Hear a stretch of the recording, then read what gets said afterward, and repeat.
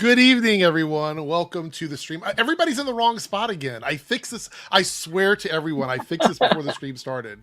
I did. But me and Pixar Eric will be in the right order. There we go. All right, everything's sorted. Like StreamYard is so weird. Matter of fact, earlier, I don't know if you guys saw it, but I was when I was on the podcast yesterday on the showcast, I logged into StreamYard and it told me that I had like 10,000 days before my YouTube account was disconnected or something. It was like a glitch that was happening to everybody's StreamYard account. Also, they raised the price. Did you see that? No. On StreamYard? Yeah. Yeah. Me and Lance noticed that a couple weeks ago. It's like, Crazy. what, $400 a year or whatever? Yeah. Okay, so like I have the second tier, whatever that is, with the account, because there's like free tier, paid tier, and then like pro tier or something. Mm-hmm. And like you guys, like everybody watching, if you want to go get a StreamYard account, you can see these prices. This isn't some weird thing. Initially, it used to be like $200 and some a year for the pro, right? And so you could do it like the whole year, or you could pay monthly, which I think it was like $12 to $15 a month, if I remember correctly. And then they were raising the prices on the monthly one to like $20 to $30 a month, but you were still getting the full year for like the discounted price or whatever. And so I looked and I saw that the next payment that I have coming up is the beginning of next year, and it's like $400 and some. Yeah. It's crazy. Crazy. I think people are going to start going elsewhere for their OBS needs. I think there are, because like the whole reason we use, or at least I use it, is because it's so simple. Like I love how simple StreamYard is for people who aren't like technology advanced, right? It's very simple.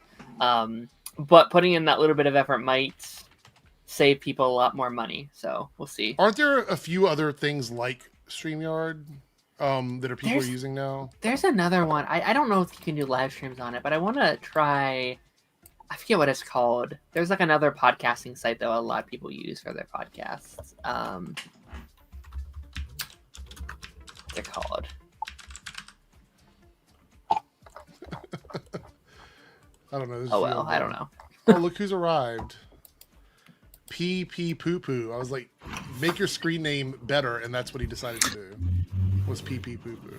So I don't see what was wrong with my screen name before. Make Eric great again. That's no. I was expecting some kind of profile. I know. That's what I'm saying. Like, no, we're not doing that. Not doing that tonight. So yeah, the price change is crazy, and the thing is, I don't even know if I love StreamYard. I have so much stuff set up in it, but I think that's why they're doing it. So they've been around for a minute now, and they added a bunch of features for people that they were able to go in and customize it. And now they're like, we're going to charge you $400, right? The reality is I could go back to Streamlabs for free and make it look just like StreamYard if I wanted. It's just a hassle. So they want to charge people to like be a convenience fee, I guess, for all of it. And it's crazy. It's so much. Low watermark here says, yeah, I saw that. It was $500 for my last year. Now it's not. Yeah, it's almost $1,000 a year for the highest tier. Yeah. That's what's this for? StreamYard. Really? Okay, Paigey. StreamYard now costs over $400 a year for premium. Oh, gosh, fuck! I should start adding some shit. So it's pretty basic. Look, okay, so this is what they could convince me to stay for $400 a year if they added a few things in.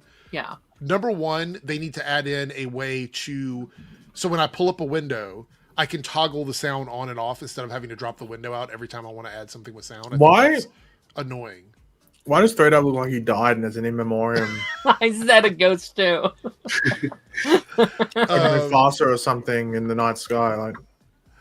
But if they added that in, or if they added in a way to like for example, Pixar Eric has tip goals with graphics for like emotes and stuff like that. If they allowed a way for us to put that on our screen right now, I would do that. I thought that was woke propaganda, Eric. No, it's not. Okay.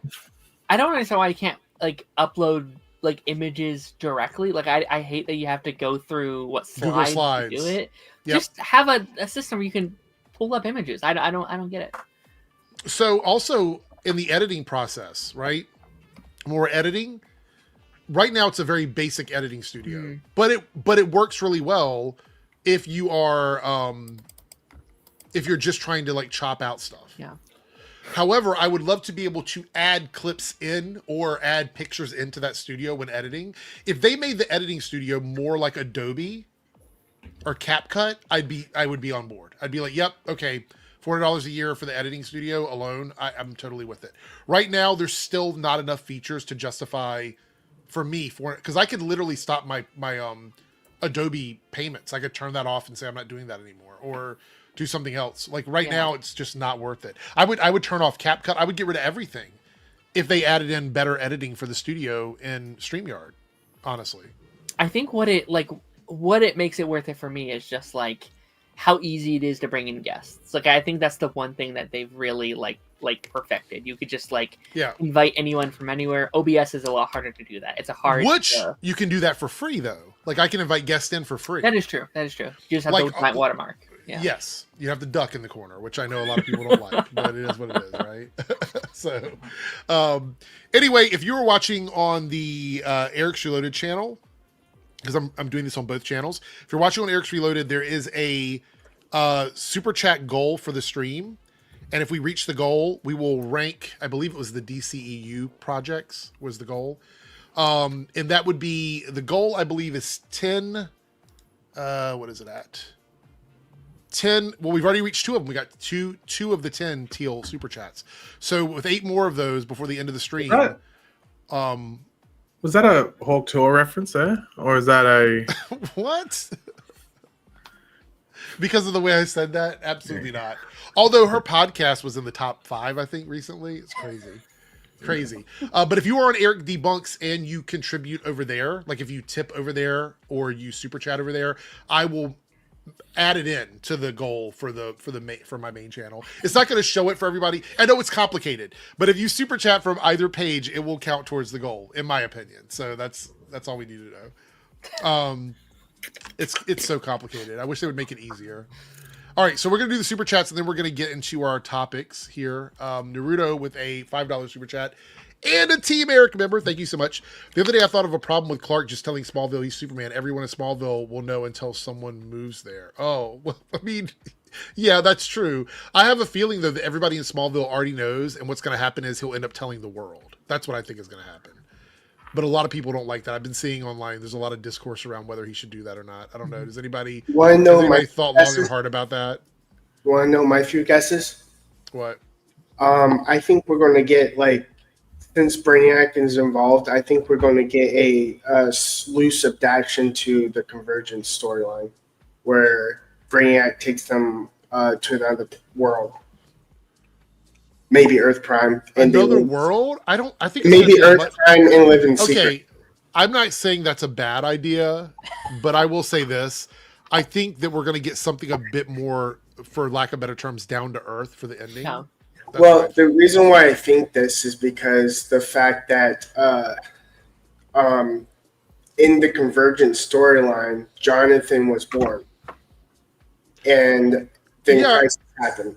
I get that part, but what I'm saying is that would feel like the beginning of another season, and less like the ending to the show, in my opinion.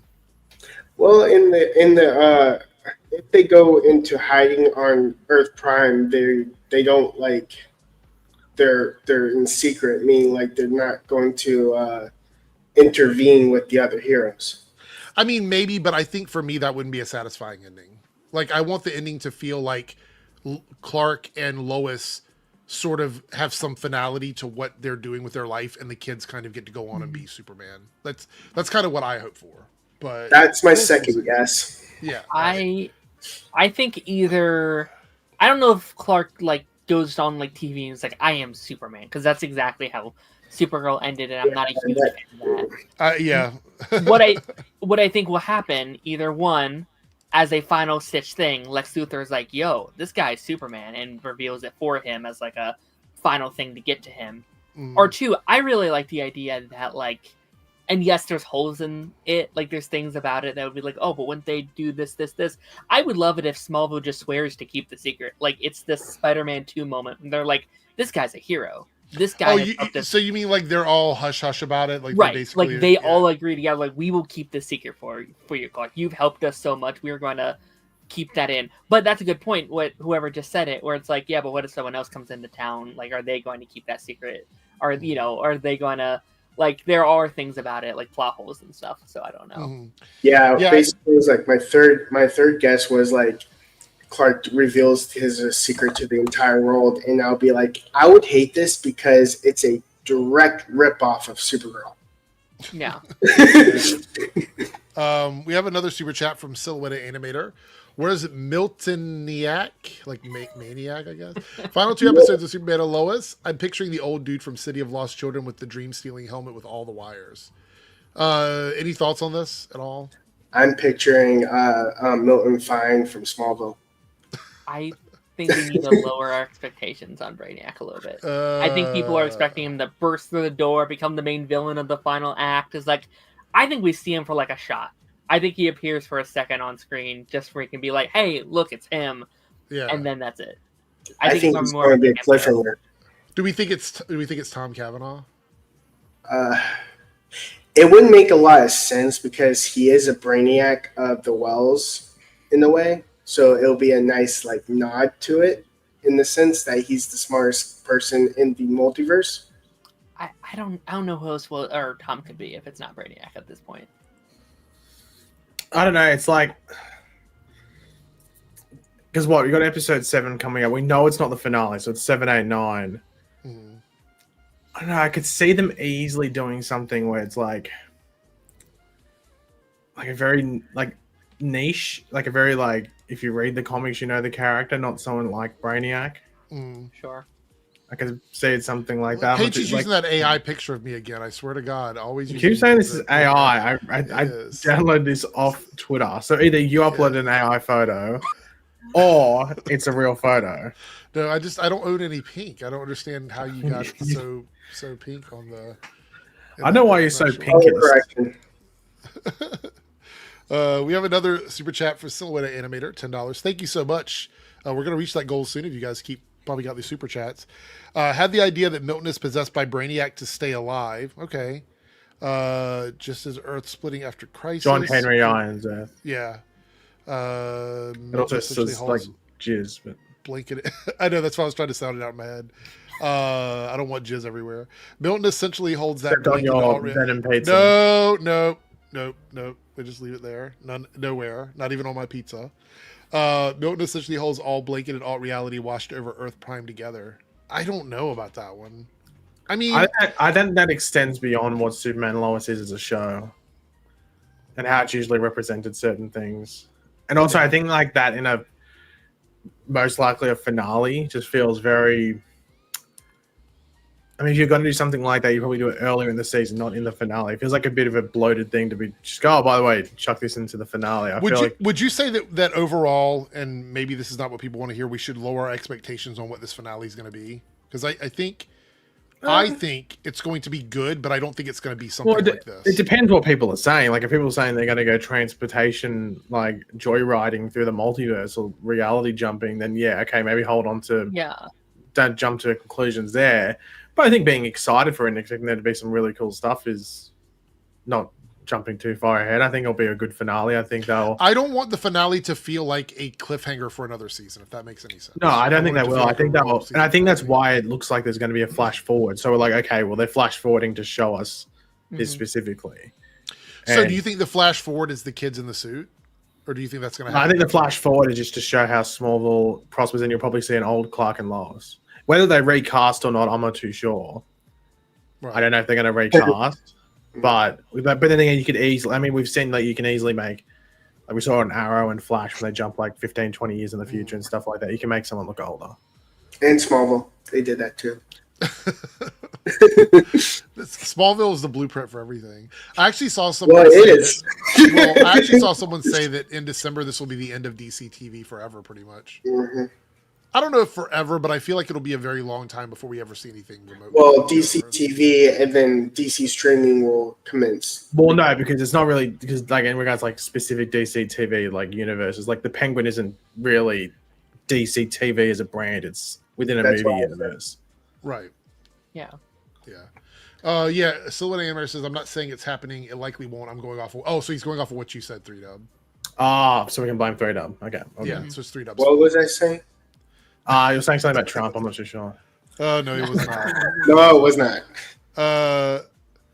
Lone Wolf here with the $2 super chat. Any cameo predictions? Predictions for the finale? None. I know people want to see Supergirl or the Flash, but I don't see that happening.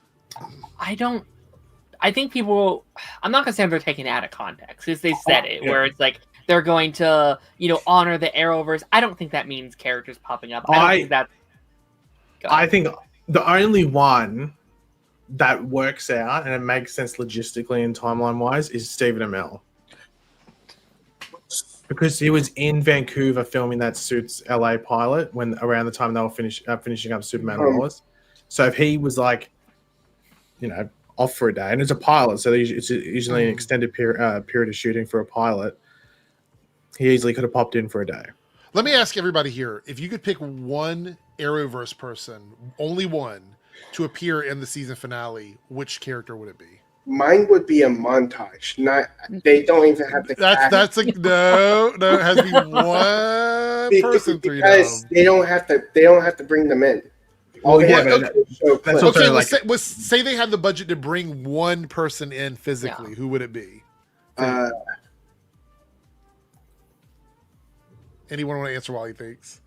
I mean, probably Flash if you're doing that. I would kind of like the Stargirl-esque moment where Stargirl kind of ended where it's like, okay, we're gathering up these heroes for some kind of event. So I would be down if Flash, Grant Gustin showed up. It's like, hey, we need help. Come through the portal, I've even kind of thought the idea would be funny if you literally got Tyler. Tyler comes in as Earth Prime Superman. He's the old suit and be like, hey, come and help us or whatever. Right. I got one now. Brandon Routh. You'd like to see Brandon Routh because of the whole Superman connection? That's actually pretty good. No, he doesn't have to be like the Brandon Routh from Earth Prime or Ray Palmer. Oh my God, Felicity's mom. But just Brandon Routh as a character that's just bumps into Clark or something. Speaking of Felicity, have y'all seen the other pictures of her now that she's gotten this massive bodybuilding body? Have you seen them? I heard you guys talk about it. I didn't see it. But I mean, there's new ones. It's crazy. Oh, really? Yeah, she looks incredibly different. Staggervore says, how about Martian Manhunter, a.k.a. John Jones from Supergirl? That'd be cool.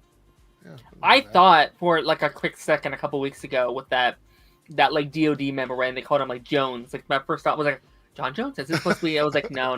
Yeah, I thought that too as well. All right. Let's see here. I'm gonna try and find the picture. Where's that? Steven would be kind of cool. If they wanted to commit to the reconnecting it to the Arrowverse. It's also I just thought of something. What if it could be Justin Hartley as Oliver Queen? Why? Because he was Oliver Queen, and yet, it doesn't have to be Steven. Or it could be another actor that's Oliver Queen. Who knows? Look at Emily Bett right now. Look at this. That's completely different. Yeah. Completely. Who's that person with her? Do we know that person that's with her? That looks like a familiar actress. Does it say? She looks familiar. She probably does like TV and stuff like that. I don't know. Emily Blatt as you click on the photo, it's probably going to tag. It's a little tag thing there. Trigger everybody. Hey, click on the photo, Eric. I'm doing that. Well, then, there. Fresco Eastwood. Is that Clint Eastwood? She looks familiar. If she's right here. I don't know if I'm familiar with her or not. I know anyway, it's weird because this thing has it has Walton Goggins. It has what? I can't remember her name. Is an actress that's in something. She was in familiar. And then it's got what's his name from Teen Wolf? Tyler. It's not Tyler. It's not Tyler Hoechlin. No, that's Tyler. Tyler Posey. Yeah, that might be it. Tyler the Creator. No, I saw people shitting on his new album. It is. A lot of people were joking on his new album. Jensen would crack me up. Maybe. I think Steven's the one that makes the most sense. Yeah. Both in regards to actually, like, because we know that Oliver Queen exists on this earth as well, because Diggle mentioned it in season 1 specifically, and it just feels like it'd be like a full circle thing. Yeah. Because at the end of the day, Superman and Lois is Arrowverse adjacent, and just feels like it'd work as long as it doesn't feel forced. Like if there's a specific reason why Oliver Queen would be on, it could even be like he appears on a news thing. Tyler like Posey was the interviewing lead of Teen Wolf. That's Tyler yeah. Posey, so, Yeah, he's in that thing, and there's it's a bunch of other people. You also technically have the like.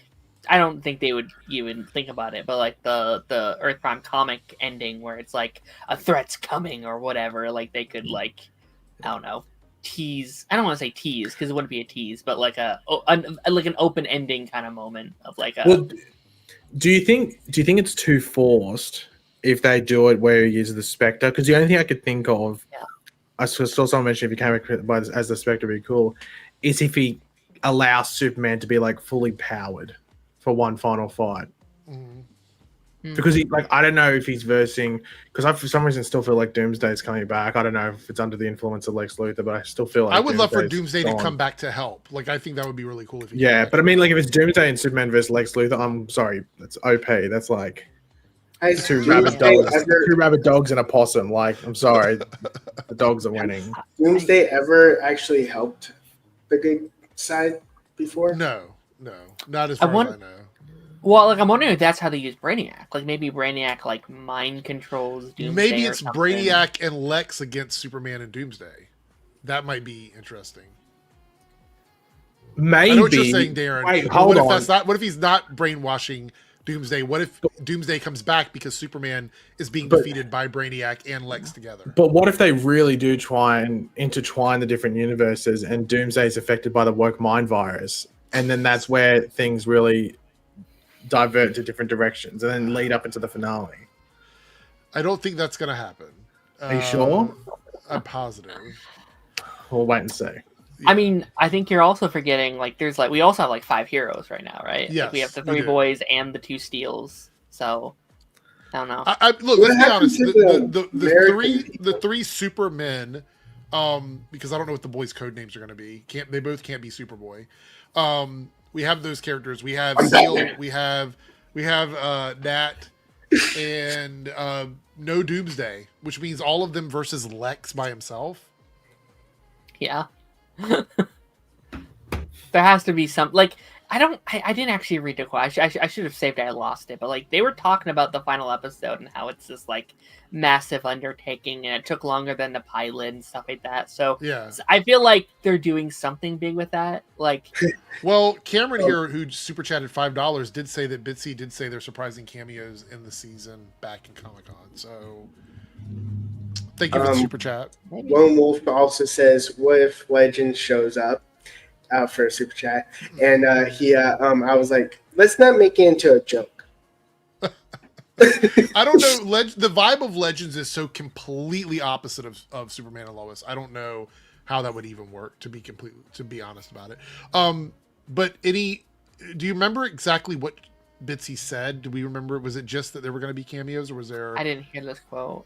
I don't remember. But look, I'm not saying there won't be cameos, but I feel like it has to make sense. So bringing in like the Flash just to run in and say, "Hi, I'm the Flash," and then run away doesn't make a lot of sense to me, personally. Well, if they see a glimpse of the multiverse in a way, they can do that with actually the Flash just like running by them. Right. I mean, they could. So, like, if we take 3Dub's I can't believe I'm saying this, but we take 3Dub's montage idea, right? And we use that, then that means that technically all of those are cameos, even if they don't physically show up on set. That's what I was trying to say. Like, with the convergence, if they do end up on Earth Prime, there could be a cameo montage of all the Earth Prime heroes while they're in secret hiding. Yeah. Thank you for the super chats, Cameron and Lone Wolf. I do appreciate it. I'm trying to think about cameos, like at least characters on the show. I don't even know who they could get in here, because like I feel like all the characters you could like have cameo, they've said that aren't coming back. Like I think like Taro would be someone I love to cameo. They've said he's not in here. Lucy would be one. They said she's also not in here. Right. So it's like has to be people from outside the show, I would assume, unless Yeah. there's people I'm forgetting about. Yeah, Well, I don't know. Cameos, those would be guest stars, not cameos. Cameos. Well, it depends. Yeah, I get what you're saying, but it depends if they like were on a phone call or something like that versus like showing up in the episode. That would be a cameo, yeah. So, like That would for be example, if that's- Lucy would have done a video call with Lois for the funeral, that That's would a have been a cameo. Yeah. That wouldn't have been. So That would be better in the sense of storytelling, in a way, because what the freak has she been doing? And how well, does I she mean, know? they already admitted that it was a budget reason why she didn't show up. So, Yeah, mean, I know the logistics reasons, but in story, what the heck is wrong with her? I mean, yeah. we obviously need David Ramsey back in here. I think Yes, that's a no-brainer for sure. That would be good, I think. Yeah. All right, before we move on to our topics here, we have a super chat from Defunct, which is quite serious. So it says Defunct $5 super chat. Off topic, surgeons rustled an approximate 22 centimeter 9-inch mass out of my abdomen a few days ago. That's enormous. Suffering, but so glad it's out. Defunct lives. Yeah, you were saying that you were going to be recovering from surgery and now you're hanging out with us. So I'm glad you're here, and I hope they have you on some good medication to prevent you from being in too much pain, because I can't even imagine what that would feel like. So glad they were. Hopefully that is the extent of your surgery and there's nothing else included in that. But yeah, but thank you for being here and throwing out the super chat. I do appreciate it. And we do have another $5 super chat from Defunct. This is on topic. So we jumped off topic and now we're back on topic. So on topic, thank you, Defunct. I don't really care what cameos they bring us exactly. I just want them to end these series at least as well as they began it. Very curious. Yeah. I want them to stick the landing personally, because this is it. So this is when people remember the end of DC TV on CW, this will be the last show they'll think about. Yeah. My low expectations is that they do kind of something like Smallville, where he runs into the sunset and he rips open his shirt and becomes Superman, but with their version of running off into the sunset. Oh, 3Dub, your Smallville knowledge is We need to ban so you. Straight up. just so much. We need to give you So like much a Smallville. 3 Smallville reference stopping point. Like you can reference it 3 times. That's it. Use it wisely. All right. So before we jump into our topics, thank you everybody for the super chats. I just want to let everybody know, since they are most likely donating because of the goal, that we are over 50% to the goal, and 4 more $5 super chats, we will do a ranking of the DCEU at the end of the stream. So I do appreciate that. And just like that, we have another super chat. So let's Okay, just like the cliffhanger of Arrow Season 3, where they ride in the car into the sunset. But thank you guys again. Here we go. Staggervore with the 499 super chat. How about John Cryer Lex meeting Michael Cudlett's Lex? Okay, I saw it there and you like shook your head. So are you like not okay with this one, or Who, me? Oh my gosh. yeah? Like we're having all fun and games and stuff, but I do think Oh my we're gosh. aiming way. Like I think we're all the way up here. I'm like, okay, this is fun, but I think it's gonna be. No, hey, I love they- John Cryer. I'll be honest. Like for a while, he was one of my favorite Lexes, and then they kept bringing him back and again and again and again, and now I'm like, you know what? I'm actually okay leaving him behind a little bit. But I mean, You it'd be guys- cool. You guys are gonna hate me. I think it should be Michael Rosenbaum. I literally knew that was about to come out of your mouth. I knew it 100%. I was like, Michael he's and going to Michael. say. Michael and Michael. In fairness, I- though, I was also actually about to say this. I knew it. I was like, he's going to say Michael Rosenbaum. But actually, 3Dub, you know what? I agree with you. I would like to see Michael Rosenbaum. But it still doesn't change the fact that I knew that's what was going to come out of your mouth, 100%. Okay. Thank you for the super chats, everyone. Michael Rosenbaum All right. Brainiac? Oh, there we go. That could actually work. That might actually be a thing. All right, it's time to get into this.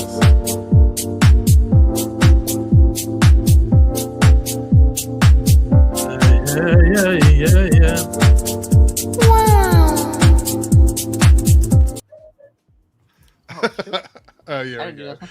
Yeah. All right. So we're gonna jump around the tabs because I didn't have a chance to organize them. So anyway, yeah, Brazil D23 is this weekend, I believe. So we're gonna Tomorrow, get some. it starts tomorrow, yeah. I think. So next week we'll have some big news about pretty much all this stuff. I thought this was interesting. So Monday rating, Superman and Lois hit season highs, and I looked over to see what it was, and I was actually kind of shocked. I'll be honest, I don't expect too much when it comes to this because it is the final season, but it looks like they ended up doing, where's it at here? The 6th episode of its farewell season, Superman and Lois brought in over 508,000 viewers at a 0.8 in demos. So it's really good. I mean, considering the network it's on and final season. So I thought it was kind of strong. It's been very disappointing. I would say disappointing to me, but like there is such a lack of like people knowing how to watch this show. Like I'm constantly tweeting about the show, and like every other post is like, why isn't it on Max yet? I've been waiting for it to drop on Max. It's like, well, that's not where it's at right now. It's on, you gotta go to the CW app. It's airing on the CW, and they're like, no, but it's on Max. I've been watching it on Max. Where is it? And it's like, I think that I wish they could have some kind of system with that. Like I almost wish that they could have done. I guess that's not how the CW has ever done things, but like kind of what they've been doing with like the Penguin and stuff like that, where it's like here this day and it goes else the next day, kind of like what Stargirl did. Like I feel like if they could have somehow done that, it would have been so much more popular if it had because no one watches like CW shows, like not on the CW themselves. I feel like it's always when they're on Netflix, when they're on Hulu, when they're on whatever it is. Well, I actually watched for the first time last week, watched the episode a second time on the CW app, and it was not good. Yeah, it's not good. The commercials, they play halfway through, then they cut off, and sometimes you have to restart the app to watch the episode, and then you have to skip through all of those commercials again to get back to where you were. So yeah, they put the like commercials in weird spots. They could be mid sentence and it'll just cut to commercials. Like you ruined the scene. Like I don't know what was happening before you cut. Yeah, it's a mess. I honestly, I wish the app was better, but the thing I keep telling myself is I won't have to watch it again after this year, so it doesn't really matter. We do have a clip from the upcoming episode. Would you guys want to watch that? Did you see the clip? The Jimmy Olsen one? Yeah. I don't want to do it if you guys don't want to watch it, but I feel like it's not too spoilery. It said something that I'm proud of. Oh, really? You can't mention it. I can't mention it. I can't mention it, but you know it. I can't mention it, but you know Wait, hold on. Is it going to be something Smallville related? Is that what it is? Lance kind of said it in the chat, so if you want to know, it's in there. Wait, in the group chat. In the group chat. Oh gosh. Wait till we watch the clip and then you can say it. I don't want to say it yet. All right. Here we go. There's the clip. So this is I actually haven't seen the whole thing yet. I watched about 10 seconds of it. Spoilers if you don't want to see it, come back in like a minute and 30 seconds. There we go. I'm honest. Honestly, I don't know if they're going to even ding this one because they didn't ding last week's episode where we talked about Paigey, the after party, where we talked about the fight scene. That wasn't hit at all. So I don't know if they care or not. Yeah, I can't remember that. This is the Daily Planet softball team we're talking about. It's not some underground fight club. Jimmy's right. You should join. You love baseball. Yeah, no, I know. Just I've never actually played. Neither is most of the team. Okay, ignore my sister. She and your fiance hang out all the time, but what about us? Come on. Can't we be pals? We already are, aren't we? Friends hang out outside of work. What better way to do that than by taking back our trophy from those pretentious jerks at the Star? Yeah. Yeah, what do you say? You in?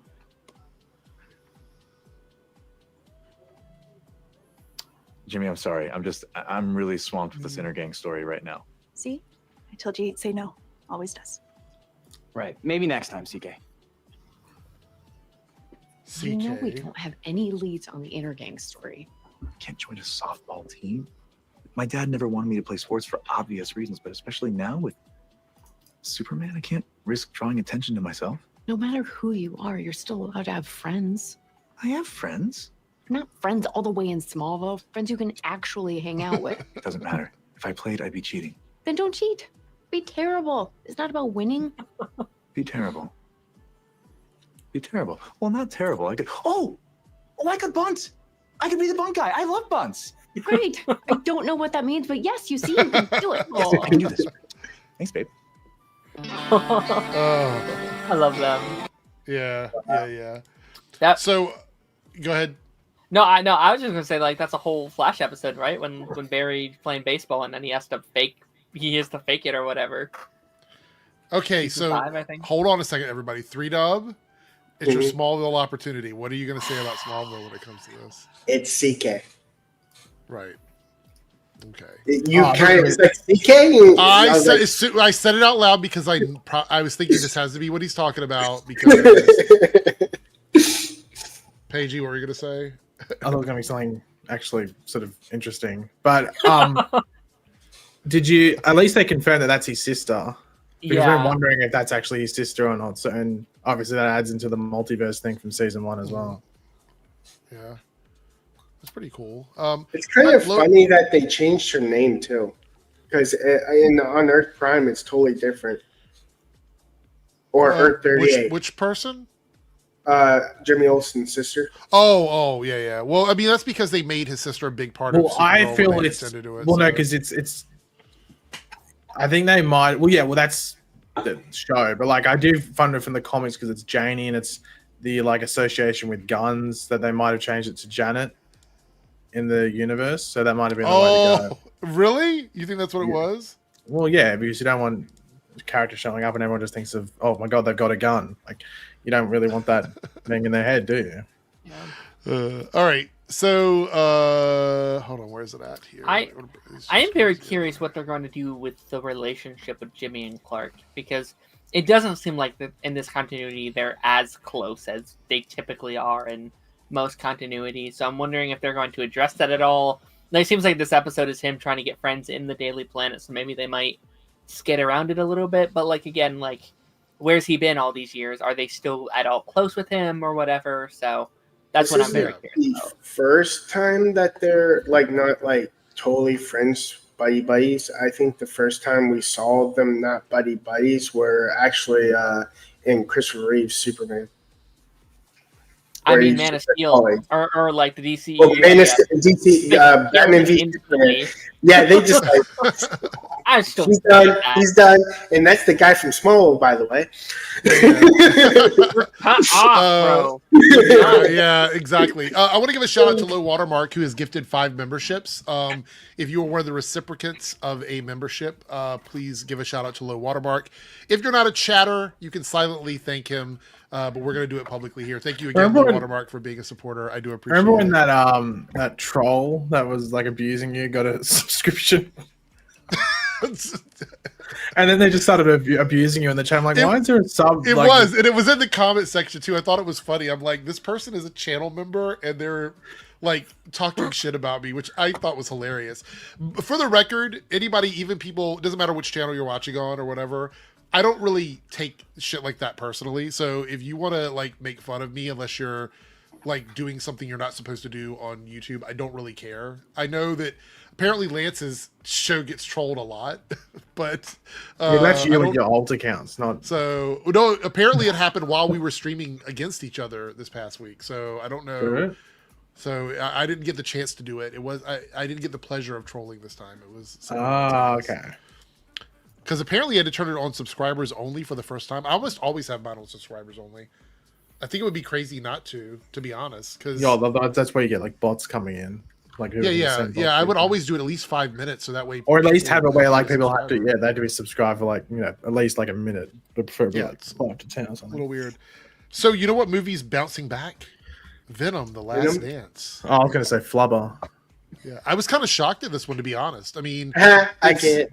That's a good one. so it's internationally it's killing it. Domestically, it's still not doing great, but internationally, it's killing it. Look I don't know. at The ratio is pretty on par for what it, because usually it's 2/3 international, 1/3 domestic. That's like the ratio of like a stand performing movie. I for some reason I just thought Venom was a bigger film in the United States, like domestic. I didn't realize it was such a popular international movie. Maybe I was forgetting what it did internationally before. I will say, like, Venom is the only good franchise within the SSV right now, or SSU.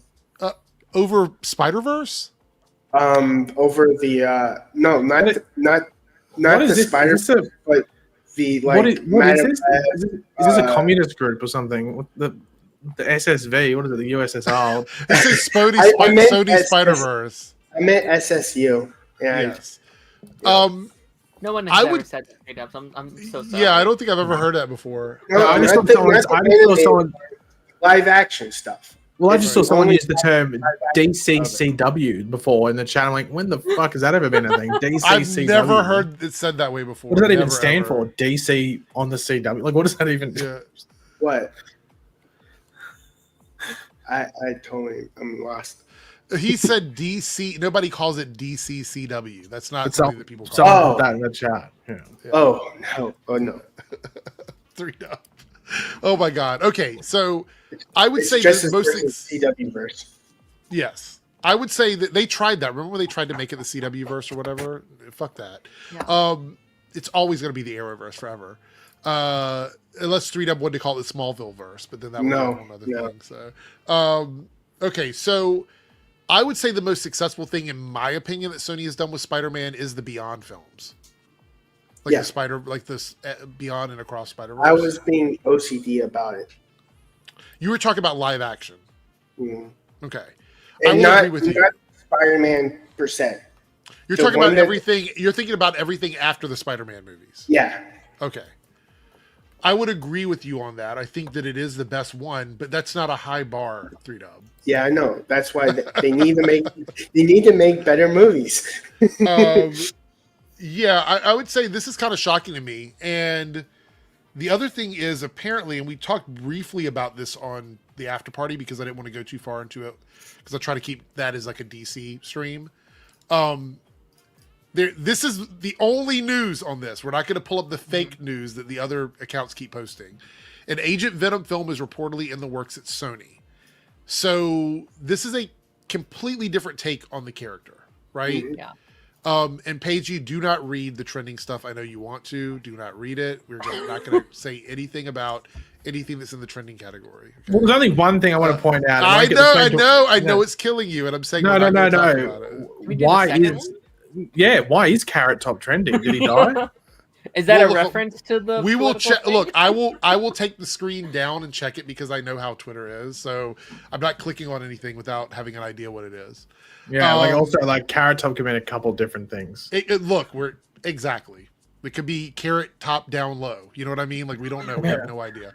I mean, no, we have to press it. Wouldn't that be carrot bottom though? It's like instead of carrot. Well, bottom. no, because if it's well, I guess it could be, but that might be why Recounts down there as well. I'm not Oh, too sure. maybe, yeah. Recounting the carrot tops. Agent Venom. This is a character that's it's a newer version of Venom in the comics, considering like all the other Venom symbiotes This out there. one good. So this one he's been part. The only storyline that I ever read that had Agent Venom in it was a Guardians of the Galaxy storyline. That's the only one. I don't really know a lot about this character. I know him about in Ultimate Spider-Man. You know, he did appear like he was. But on he's the not a team. villain. He's not a villain, as far as I know. So, Okay. I'm probably gonna. What I will do this week is I will go into my Marvel Unlimited and like download a bunch of stories with Agent Venom to read up on it, so I can get a little bit of info. Maybe but- that's why they're doing it. Well, I mean, that's pretty much the way they do any of this is to get more sales. 'Cause and they can't have things, whatever Spider-Man. is on him. But Agent Venom is weird, though. It's a weird version of Venom. It's like a weapon using Venom. And that's okay. I mean, there's some people that like that. But I feel like what we're going to get with Agent Venom is a very cheap Spider-Man type movie where he just uses guns and stuff like that. That's what I think we're going to see. I Most just likely. realized. Like, Oh, go ahead.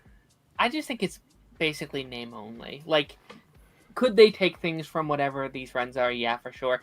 I think this is just their chance to rebranding Venom. Just be like, okay, spoilers for Venom. I'm not sure if everyone here has seen it or not. I won't dive into it, but obviously, Yeah. marketed as Tom Hardy's last run as Right. Venom, right? That he keeps saying that in every. So you're interview. thinking this is a way of continuing Venom without having Yes, Tom Hardy absolutely. on it? Okay.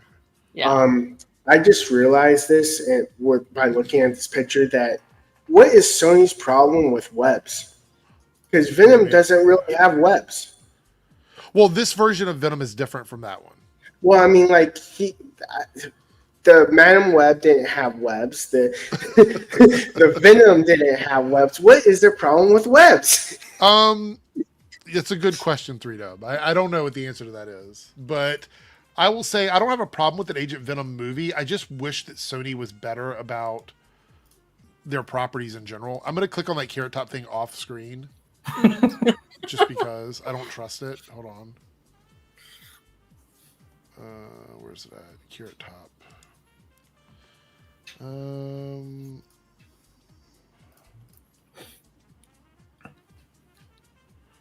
not seeing what. There's nothing here.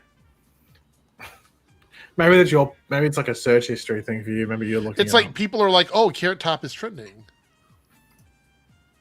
I don't know. There's nothing. It seems like it's one of those things that just randomly started trending. Anyway, it's no use in clicking on that anymore.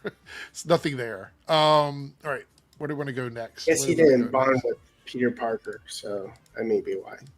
So this popped up. Kraven the Hunter is reportedly set to be the longest Marvel Sony movie yet. Is that a threat? At Christmas time. Okay, can I be honest about this? I've actually had people talking to me about this in public, like out and about. Like people that know me locally that know we do these podcasts have asked me what I think about Kraven. No one talked to me about any of these other movies. Not Madam Web, Morbius, Venom, but they're like, what do you think Kraven's going to be like? It seems like there's a small little like organic buzz growing up around the Kraven movie. I heard that they feel. I was reading this thing. Might have been like a week and a half ago, maybe just around a week ago. It was shortly after New York Comic Con, actually. Sorry, because they showed footage there. Yeah, and they think that people that like John Wick will like Kraven the Hunter. They say it has very like a John Wick style feel to it because it's violent apparently. Like, it's going to have like blood and gore for the most part. Yeah. And like high like octane, or not octane, but like high energy action scenes and stuff like that. And they were saying that like John Wick fans will enjoy it. So look, Sordy says because the lead is super high. I mean that probably has a lot to do with it. Yes, I think that does have a lot to do with it. I actually think he's a pretty well loved actor. Like I think he's generally liked by a lot of people. Oddly enough, I think the initial story that we heard about Kraven, about the lion blood dripping on him and all that stuff, I was like, this is just not a movie that I want to see. We saw that first trailer. I really was not blown away by it. It looked like a Netflix movie. No shade to Netflix. It just didn't look like it belonged in theaters. And after we saw the second trailer with the added in stuff at the end with like the rhino, I kind of was on board after that. I was like, okay, yeah, this looks good to me. I think, listen, I keep getting burned by these movies. Each time I'm like, I think this one has a chance. Like, I was hyping up Madam Web, even though I shouldn't have. I was like, maybe there's a chance Venom 3 can be good.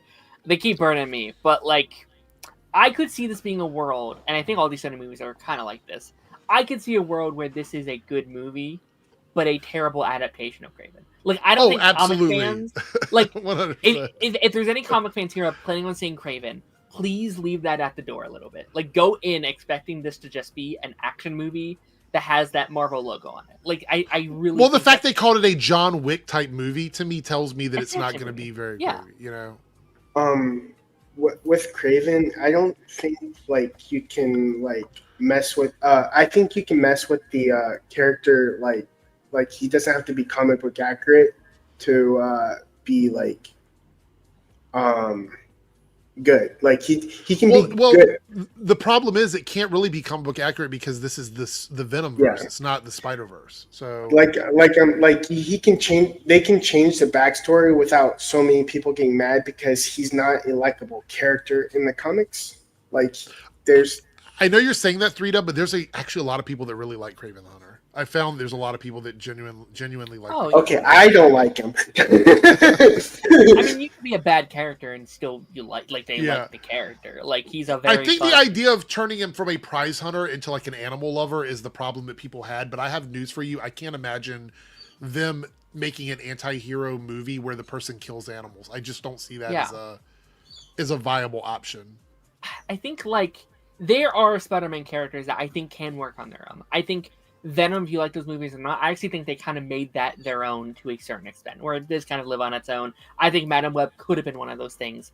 Kraven is one of them, though, that I just don't think people care about without Spider-Man. Like, the whole fun of Kraven is that he is hunting down Spider-Man. That's the fun of because he considers him to be the ultimate prize, Yes. which is why he's going after him. Yeah. I also want to point out that I know we're talking about Kraven, but I want to talk about Madam Web for a second. The advertising for that movie where we got to see all the Spider Women in their costumes, that was the movie that people wanted. They wanted to see the Spider Women fighting together as a team against this evil Spider-Man. That's what they wanted to see. How it ended is where I wanted it to begin. Like, you ended the movie, I was like, okay, I want to let me see this in the end. It's like, no. Yeah. Like, Yeah, 100%. Yeah. So, but leaning into that, we did have super chat from Darren here on the panel, who has super chatted. Unless it's another Darren, it might be another one. Two Darren. Since we're on Kraven, this seems appropriate. It's on topic. If you could be any kind of animal, which would you be? So 3W, do you know which one you would be? Jaguar. Okay.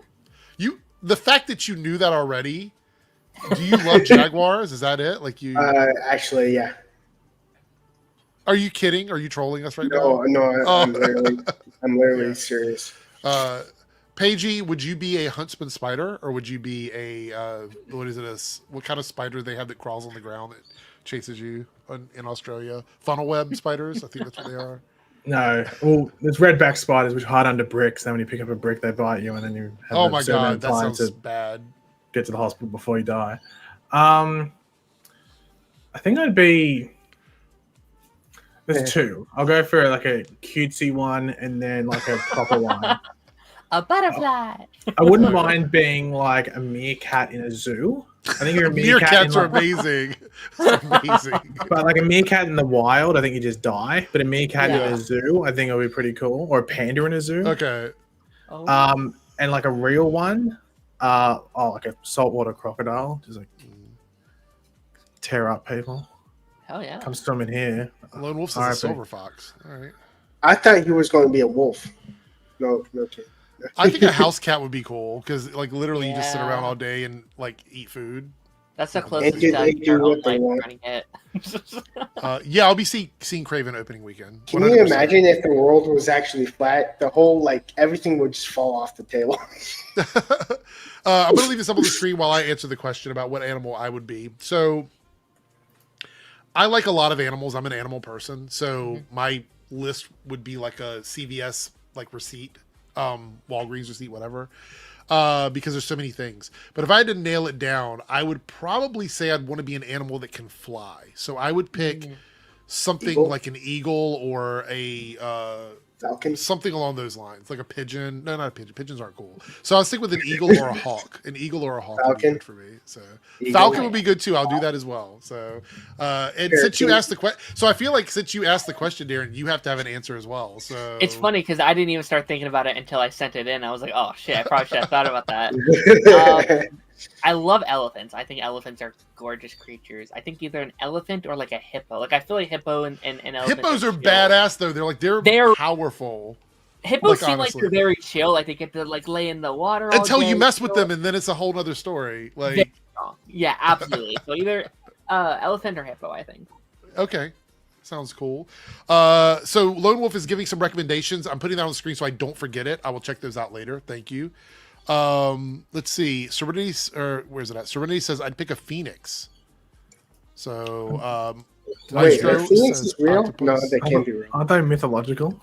Yeah, I was thinking they're mythological, aren't they? I didn't know that we were specifying like real animals. Like if somebody said unicorn, I'd be I'll be like a fucking three-headed dragon or something like that.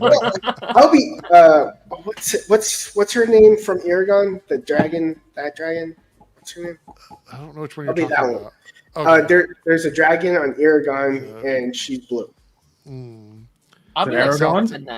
Of course, South Texas shark's going to be a shark. I wouldn't mind being a shark, but I feel like there's too much baggage with being a shark. I think. Aren't they blind or something? They can be because they have those fish that eat their eyes or something. I'll be Happy from Fairy Tale. That's where I'll go with. Let's see. Defunct, I'd be a Devon Rex cat like my boy. So that's spoiling. See, pigeons are cool, I guess. Nick says, I'd be a lion, then audition for the remake of Lion King and play the role of Scar. So there's a whole storyline planned out about which animal you would be. So there we go. So good question. Update before we move on to the next topic, because I feel like we're really close. Yes, we are 2 $5 super chats away from getting the chat goal for the night to rank the DCEU film. So $10 away from that. So thank you guys so much. Reminder: Eric answers political questions for super chat. I do not answer political questions for super chats. That's not something I do. All right, let's see here. Next topic. Oh, look, the Penguin show that we're not watching. At least I'm not watching it. It'll be maybe Darren and 3Dub are. The Penguin finale has a runtime of 1 hour and 8 minutes. It's the longest episode of the season. Look, this sounds really crazy, and maybe I'm contributing to the problem. But after the finale comes out, then I'll watch the show. I know that sounds crazy, but we're so close to the end. I'm just gonna watch it all once the finale. I'm in the same out. thing. I'll probably start watching it in a couple of weeks once it's ended. It's When gonna be a there's good show, I think. when there's short seasons, I don't like watching it. I like watching it in a binge because I can't wait a week. I hate binging, so it's not like I'm going to binge it like whatever amount of episodes is going to go, but I'll casually watch it through whenever it comes out, just so it's under my control. Once I'm done watching it, in chat, you can chime in. Should we do like a stream talking about the whole season? I mean, No, I will watch probably no one's going to give a shit. I'm just asking. If they do, I'll do it, but I'm going to see what the reaction. I have to ask about the show. Is that it's sort of weird because I Cody know said it's so good, so I know people are watching it, but you know when like a show's vibing and it's popular, you see clips and stuff constantly on Twitter. I don't see clips from this. Yeah, that's the only thing that makes me go, You know, like I'm just wondering, like I'm not down. Do you think it's just all talk? Basically, is that what you're saying? Well, I think it's more like it's like throughout it's a solid like through line story rather than like having these like exciting moments when you're watching it, which obviously like it has that feel of like a mobster. I know people say Sopranos. I heard it's not like exactly Sopranos, but yeah, I mean, I think it's just very, very character driven. So like, if you don't care about these characters, if you're not spending, and you care about them very quickly, I feel, but like, if you just post a scene of something happening on Twitter and they're like, I don't care about that. It's, you know, this character I don't know about, or, you know, whatever. But it's very like I think like it's good in the way of like HBO is good, right? The way of like the shows you would like, it's going to be up for Emmys when Emmy season comes around because it's like a fantastic, well written, well put together TV show that's going to win the award, has like great performances. Like it's really good at like this is what I thought Joker 2 was going to do for the movies this year. Like I thought I get what you're saying. Like this street level mobster type crime very show. Good. Yes. Yeah. That makes sense. So yeah, go ahead, 3Dub. I think what I'll do is actually like watch it like a week before the Batman 2 comes out, so that I'm kind of like. Well, we're waiting a long time. Well, I mean, the other thing is that so this is my issue with these shows in general is, and we talked about this with the MCU shows, sometimes it's their fault and sometimes it isn't. If you have a show that's supposed to connect to a movie, if you have like years apart from the show and the movie, it's so frustrating to me as a viewer because when you're watching a season of a show, you expect within like 8 months, the show is going to come back and you're going to be watching it again. Because that's typically the way it works, 8 to 10 months. So when you have a show like this is ending like this upcoming week and the next movie doesn't come out for over a year, that is such a long time to wait. And I think that's why the idea of these shows connecting to movies is so batshit for me, to be honest. Batshit. Pun intended. I think a lot of franchises are doing this right now, and I actually think it's very smart to have these buffer contents or like these alternating contents. Like The Boys have done this, Bridgerton has done this. A lot of these franchises have done this where they know they're not going to get their stuff out as much as they want to. So their idea is, okay, we're not going to get this out for 2.5 years. This year will be the Penguin. Then this year will be, you know, the Batman. And obviously they didn't know about the writer's strike was going to happen. That Right. pushed them back a lot. Things happened at DC. Like they were probably expecting this originally it was like 2023. So then they were probably expecting early 2025 or whatever would have been, so that messed things up. I think going forward, because I don't know if it's on your list. There's been rumors of other shows and stuff that we're getting. Like, I bet in general it'll be better paced out, better put together. This is the next one we were going to talk about. And just very lastly, thank God we did get the Penguin, because if we Yeah. didn't have a little bit into that world, it would have been 2022 to 2020, either 26 or 27. Like, Yeah. that's a massive gap. No, you're right. You're right. I just wish it were closer to the release of the movie. That's is fair. all. Yeah. So. But here we're getting the Barry Keoghan's Joker series is rumored to be in the works at Max. He's also said to be in talks to be the main villain of Batman Part 3. Thoughts on this? Like, Who the fuck is World of Real? I don't want to click on it because I'm afraid it's going to be something bad, but it's one of their blogs. This is the Hollywood Handle though, and I'm not saying that they're 100% accurate, but they usually try to find legitimate news. And I don't think this came from them per se. No, it's got the link to World of Real on it. So.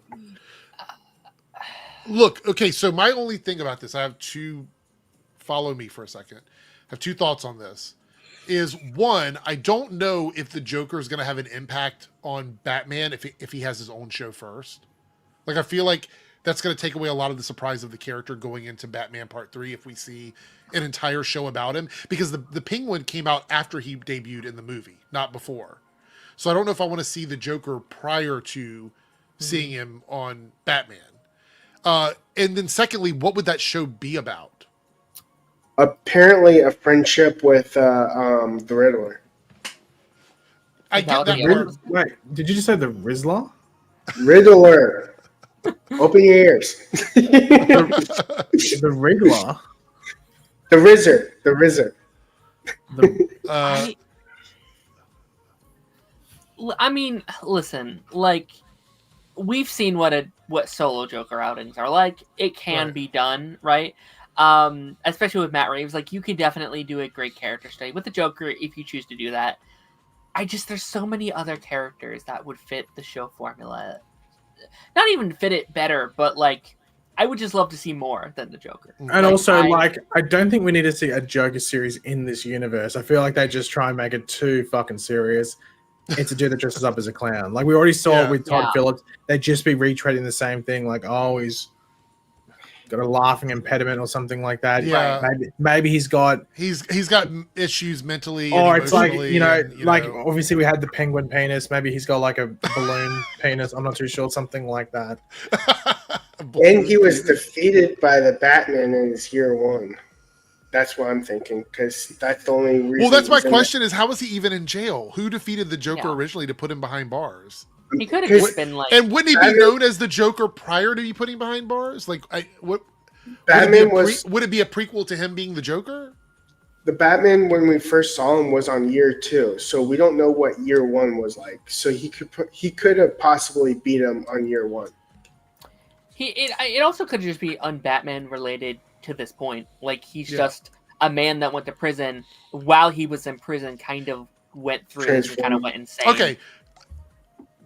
I'm just going to say something absolutely crazy. Can't we just have a regular timeline for Batman in the movies? Why is everything so convoluted at this point? Because even the stuff we've had, if you look back at the Nolan stuff, that also was a little wonky. Why can't we just get a legitimate comic book timeline for Batman that works in live action movies? Why does everything have to be the horse before the cart? I don't understand. I don't understand that. Funny is this Batman doesn't feel like he was trained by the League of Shadows. No, he wasn't.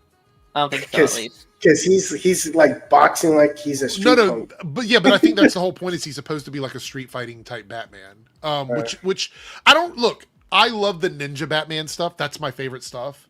But I also don't mind a more street level, just Street Fighter Batman. Except this one gets beat up all the time, so that's also a little bit weird. What would you call Michael Keaton's Batman? Was he more he wasn't really a boxer type Batman or a ninja Batman. He was more I would say he was a little bit I would say he felt like a more mature, darker version of the Adam West Batman. You know what I mean? Like he was a gadget Batman. He used a lot of gadgets and things like that. And in that attacks. Yeah. He fought, but it wasn't anything like what we saw with like the Christopher Nolan Batman. And he put bombs on people and threw them in the pools. Exactly. And people were like, "Oh, Batman! That Batman didn't kill." Yeah, that Batman did kill. He didn't care. But my point is, like, I would love to see a timeline where the actual characters lined up with how Batman's storyline did, because right now it feels like every time we do one of these shows, I feel like we keep saying this, everything under the sun is fucking Batman. It's all Batman stuff. It is my dream for the Batman character. It would never happen, but like I want like a 10 season long HBO level writing Batman show that's like, you know, year 1 to like year 10 or whatever, that can like tell the whole journey from him getting started to getting the Robins to whatever, eventually probably retiring or whatever it may be. Like it's the full story from start to finish. There's never been a thing before. I would say Nolan's Batman was a ninja. He was the ninja type. And Paigey, I think you've said this as well, or maybe I'm just dreaming. Maybe I'm imagining it like you imagine I have pink clothing. Well, I know that you do tend to dream of me, Eric. Right. Throughout the day. I think Batman fundamentally works better in like a TV show format than a movie format. I think anything with a I think Batwoman proved that. Honestly, outside of like people not liking her casting or whatever, I think the way that show formatted Batman stories in the world of Gotham with Batwoman worked better. I mean, it's a hot take. My favorite live action Batman is David from Gotham, just because we spent 5 seasons with him. Like we got to spend 100 episodes with that guy. Yeah, we actually got to see the growth of him becoming Batman. Like if you could do that, like if you could do that exact thing, but with like actual Batman, you know, like in the way that we typically see it, I think it'd be great. I think honestly it's really bad we didn't get to see Batman and Batwoman. I wanted to see Batman and Batwoman at some point. That's what I had hoped to see. We did see him technically, but we got to see someone pretending to be him technically. We got to see Bruce Wayne as a hallucination.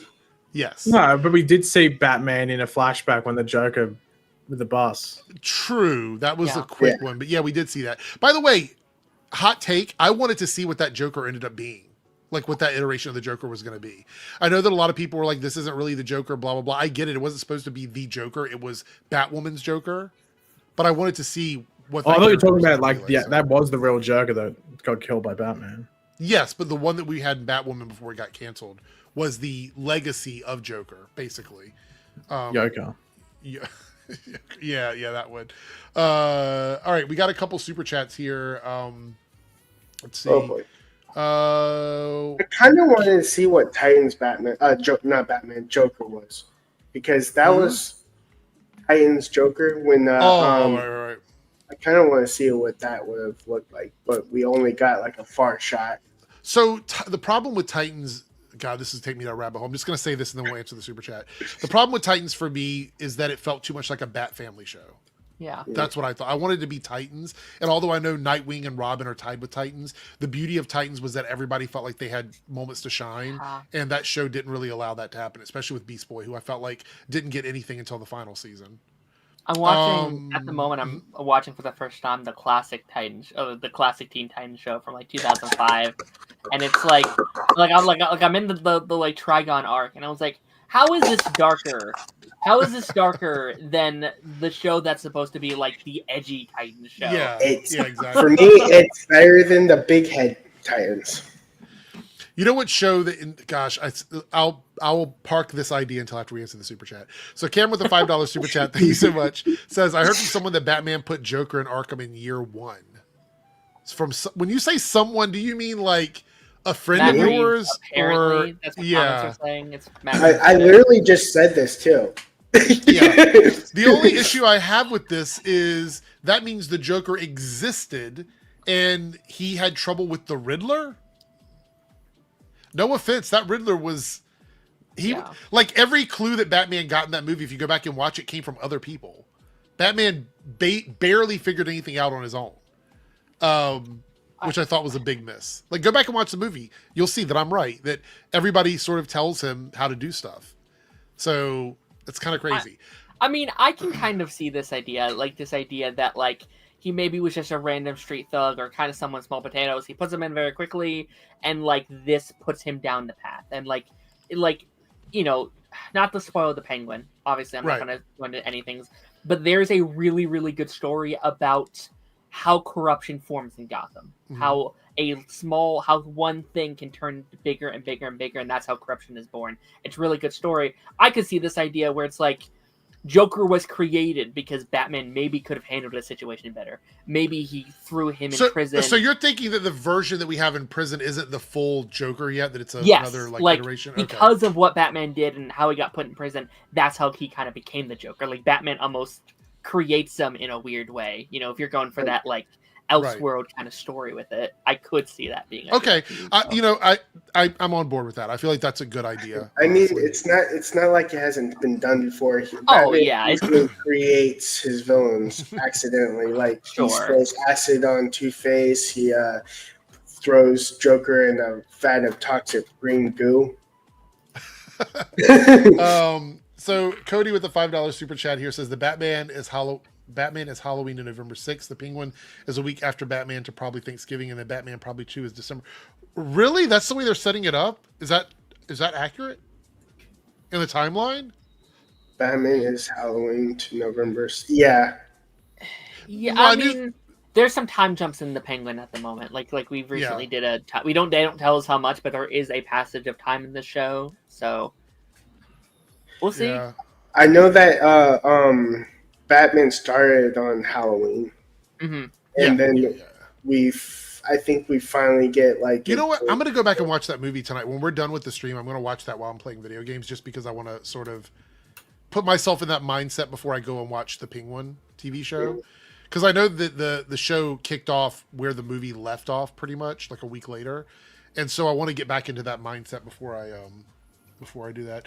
Lone Wolf here with a $5 super chat. Don't worry, Radical Z, I see yours because that's the next topic we're going to talk about.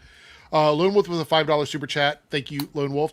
Can we finally get a Nightwing show? I actually love the casting of Nightwing and Titans. I really think that he did a great job. If we were going to get a Nightwing show, I would have loved for him to be the Nightwing. And I know he was the very first one that we had really in live action, but that casting and his acting in that role, perfect, spot on, 10 out of 10. Suit, costume, all looked great on the show. I didn't know him until I met him on Pirates of the Caribbean, and that kind of like drew me to the actor, and I actually liked his performance in Titans. It's funny because we're going to be talking about Pirates of the Caribbean in the stream here in a minute. So I didn't know that. Yeah, but you are. You've got psychic powers. A Batman Beyond film, 100,000% on board with that. I would love a Batman Beyond film. There was a, I think it was like a, wasn't it like a fan film or something? Yeah, and they actually casted an actor from Titans, Beast Boy. Beast Boy is the guy that's I'm trying to see. Hold on, Batman Beyond fan. I'm actually looking forward to that one because it's an actual actor. It's a trailer. It's a fan trailer or whatever. Yeah, but they had like a proper like. No, I think it came out, but I think it's one of the things. I think it was crowdfunded, so it probably doesn't get released for free to the public for a while. Yeah. All right, hold on. Yeah, DJ Eric. Yeah. Okay, we're gonna watch this trailer in a second because it's only 35 seconds long, so we'll do that. Also, we didn't get the Joker in Gotham officially because the studio told them they couldn't use it. Is that true? Well, we did. Wait, we didn't get Joker. Yeah. Okay. Yeah, like they couldn't call him Joker. They had to do, like, so we're talking about, to reiterate, we're talking about the one from the TV show. I don't know if that was true or not, but is that true? They had to call him like a different character name. Yeah, they didn't properly use him. They didn't use him, but they really hardly hinted at the fact that he's Joker. No, I honestly forgot that they didn't call him Joker. Yeah, in my mind, no, because it's just Jerome the whole time. They can't call him Joker, and it's the same with Harley. Like they couldn't call, the crazy clown lady that he was with Harley. Right. I mean, I would have been down if all the shows did that, where it's like, hey guys, it's Fat Man. It's not Batman. It's this guy that looks like Batman. Yeah. Or like with Invincible when they had Spider-Man, but it was literally like, what was it, Spider Guy or whatever they called him, the Spider, whatever they named him. Spider Soldier, Agent Spider. That's funny. Agent Spider, that's it. It was Agent Spider. That's right. Yeah, you're right. Where's it at here? Let me find this news. Right here. This is it. And this comes up from Radical Z. $2 super chat. Thank you, Radical, for the super chat. Do appreciate it. I just got here, but thoughts on the new Star Wars trilogy. So this was one of the things I wanted to talk about tonight. So I'm glad you were here in time for this, Radical Z. This got debunked. Not the trilogy part, but the Simon Kinberg being a part of episode 10 through 12. Okay. But here it says there's a new trilogy in the works. Reportedly, it will be episodes 10 to 12. It will continue the Skywalker saga, which does that mean Rey? I guess, are they talking about Rey? Rey. Okay. Yeah. I don't know.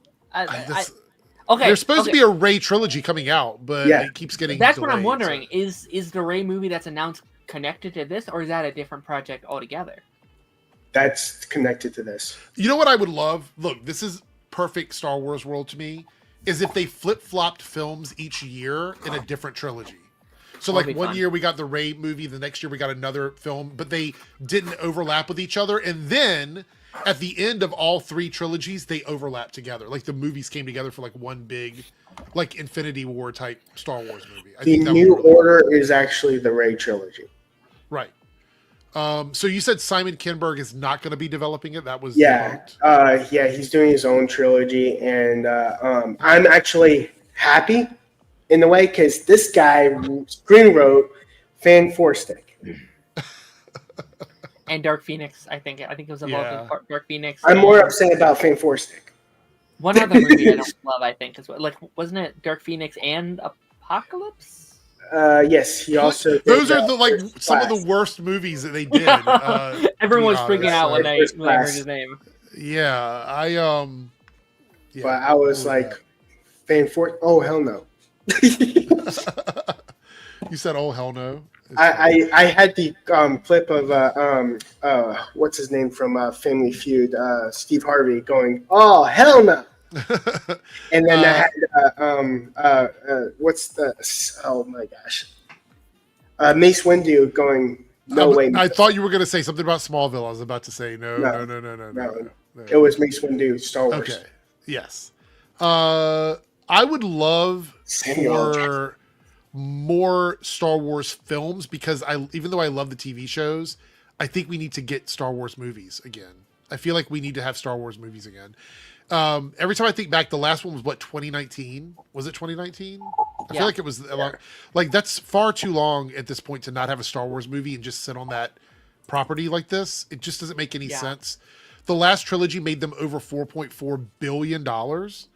It makes no sense for them not to continue making Star Wars movies. I don't know what the thought process was. I know people complain about it. I know it's a hot topic here on YouTube. I get it. But they made $4.4 billion off of 3 movies. I think I'm not big into Star Wars, so I'm just, I'm not as invested as it would be in Marvel or whatever. But like, it seemed like that was just a weird period for Marvel where they were announcing things with directors and stuff who weren't passionate about making these projects. Yeah. Same situation with Fantastic Four, with Blade, with, Iron War, stuff like that. Yeah. Like, clearly did not have a vision for it. And that, I think, really pushed them back. And now, with Bob Iger back, don't love the dude on everything, but it seems like he's really dedicated on getting things back on track on both Marvel, DC, and even Disney. I don't mind that. I don't mind a more streamlined, like planned out way of doing things. I think that's fine. I don't have an issue with that. So, Lone Wolf has chimed in and told us that we hit the goal. So that means at the end of the Twitter shit, we will use the tier maker list to rank the DCEU films. So that'll be a lot of fun. We're going to be getting there sooner than I expect because the tabs we're jumping through them. Yeah. We just got you doing the chalk. Yeah, because the Cody right here. whenever somebody does a super chat or a member chat, you get me chalking and dabbing. I didn't notice until now. Yeah. Yes, Pixar Eric has all of the cool graphics. I sent you something in the chat. Okay. Cody, Team Eric member for 58 months. Fun fact, Simon actually wrote some Rebels episodes. I wasn't aware of that. Which I'd be curious to know which ones because I watched those before Ahsoka, so I'm curious which ones he wrote. I do hope they write the trilogy, maybe not all together, but like I hope they mostly write out at least having a hardcore plan on Right. what they want to do with this before anything. Because that Sure. was, from my understanding, the biggest criticism on one side or the other, whatever side you agree, that it wasn't consistent. Like, they didn't No. commit to, like, one plan. It was like, this plan, oh no, this plan, oh no, again, this plan. It's like, no. Foolproof plan before you go anywhere with any of these 3 movies. Well, because the other thing is, I think we had some gems in there. Like, you look back, and I think, like, there controversially, Solo people didn't like. I don't mind Solo. I thought it was a good Solo. movie. I had a lot of fun with it. But I understand there's some criticisms of the tone and the vibe of it. I'm not dismissing that, but I enjoyed that movie. But I think that there's also some up and downs with the Rey trilogy. I think there was some stuff in there that didn't really work. I think there's some stuff in the movies that could have been edited out, cut out of it. I think changing the directors to producers instead of directors through films was also kind of a mess.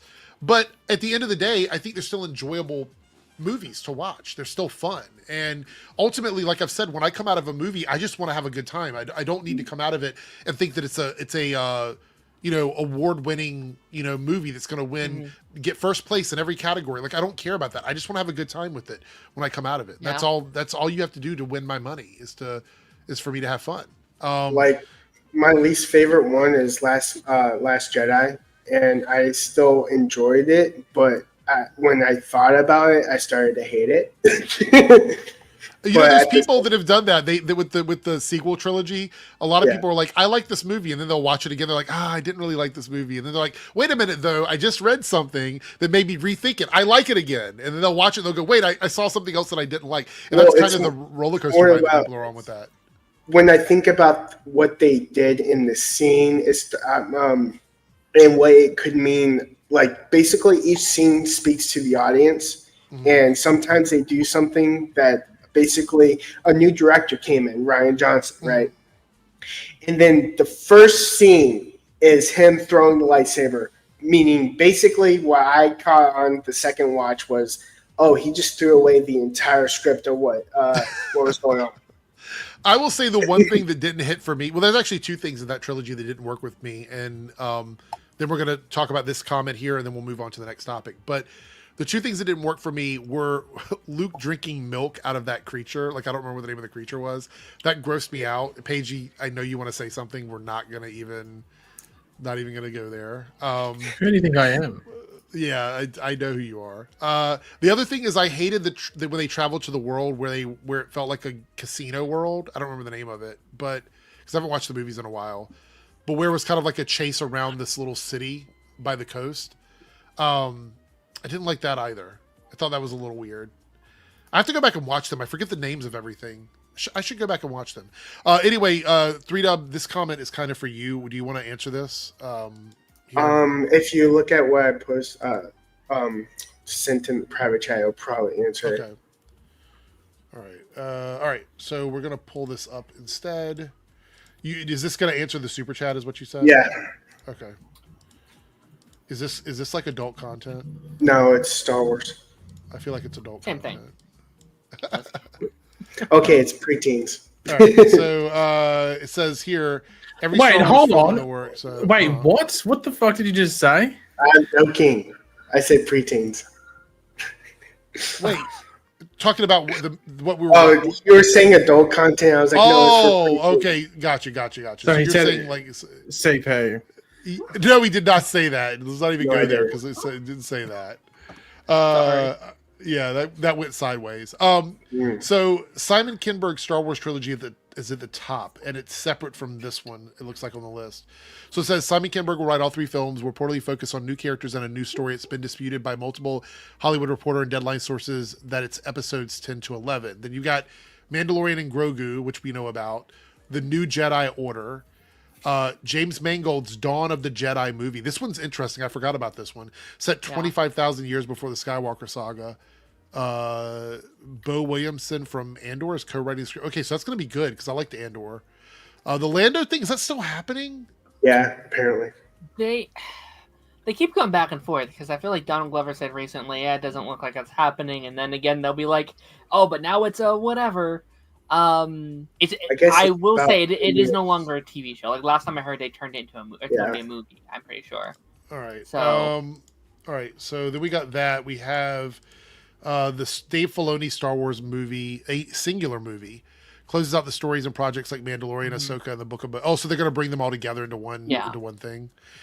This is the one that I'm like not excited for, and it's not because I don't like him, but Taika Waititi's Star Wars movie. I'm not looking forward to this one. One thing that got my attention is Dave Filoni's like this one, the one that says that closes out the stories. I thought Mandalorian Grogu was going to close out the stories.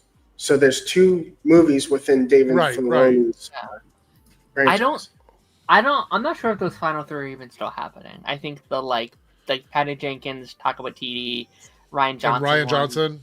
Yeah, I think those 3 might be the 2 that like, you know, those were around the time when it was like weren't sure what's going on at the company, and you know. What do you think about the Taika Waititi movie? Taika Waititi is more likely to not happen than Ryan Johnson's. You think so? Yeah. I could see it going either way. Like, if he does go through with it, I would actually be very curious to see what his people would hate it. I can see it now. Like, it's gonna be riots on the street. But like, I would like to see what he does with it. Like, I think he could have an interesting take. You know, he's going to make a parody of it. I can see it. Again, like, I think he just needs a little bit of control. I think there needs to be someone there being like, a step too far, back up just like 2 steps, and then you're good, kind of thing. Like, he's going to make a Guardians of the Galaxy version of Star Wars. I can see it now. Cool. Like, I think his flavor could work well in Star Wars if there's someone there with guiding his way. I do think he's someone that works really well. I think that Thor Ragnarok is the best Thor movie. It's fantastic. Yeah. He's going to make Spaceballs too with Star Wars. Actually, look, okay, so hot take. I wouldn't mind a really funny Spaceballs too, like if it was legitimately going to be that. I don't want that to be Star Wars. Like, I don't want Star Wars to feel like Spaceballs. Yeah. That, like, if they said Taika Waititi's this. If anybody from Disney is listening, or whoever owns that IP, if you announced that Taika Waititi was making Spaceballs 2, I think I would be 100% on board with that. I would say yes, 100, 1,000, 1,000,000% yes on that one.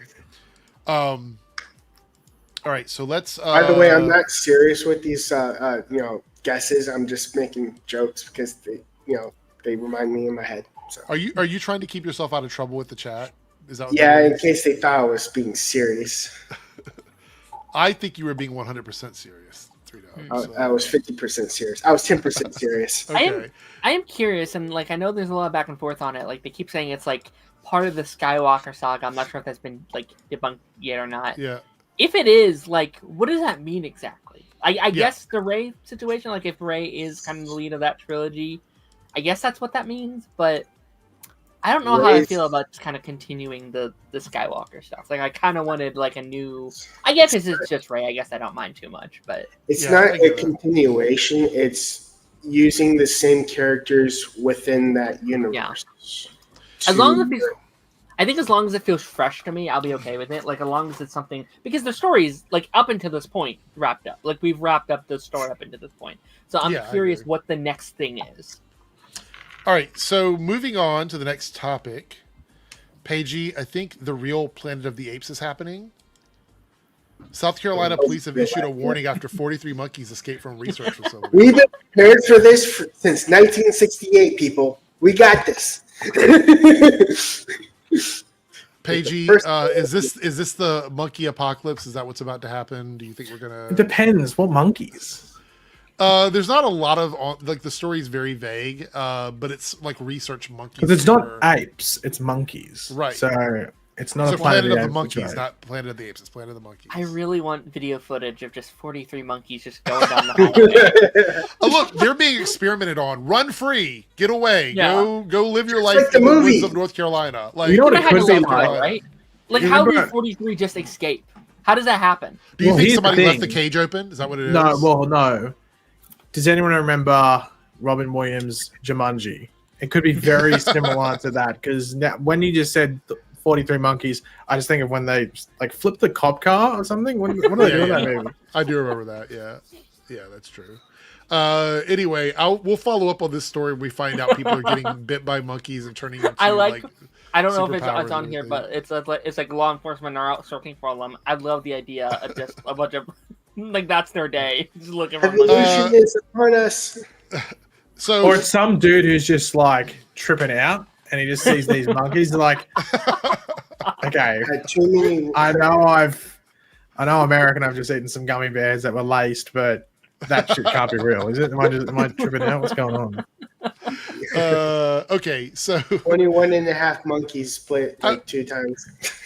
So I don't know if we've had enough Batman for tonight. So here's the next bit of Batman news. So Warner Brothers Games is planning to focus its core franchises, in particular Batman, moving forward.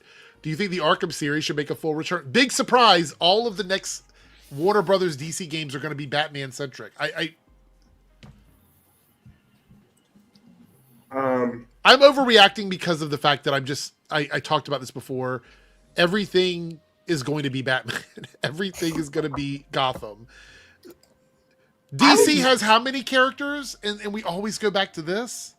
People are going to be pretty confused because James Gunn will have to clarify exactly if the voice actor is actually going to be the Batman. I will continue to say this. I don't want the video games in the movie. Yeah, to be honest, I reckon that's not going to happen. Outside of like some rare occurrences, I think it's going to be a very like a minor thing that you'll get the video game thing, and they'll go out of the way to have David Cornsweet voice Superman, for example, whoever it is. I don't think they're going to do it just because video games take way too long, man, to make. Yeah. Like a movie takes a long time to make, but a video game, like a good video game, like takes way too long. I'm just saying he should clarify before because people are going to use what he said and be like, "You're lying."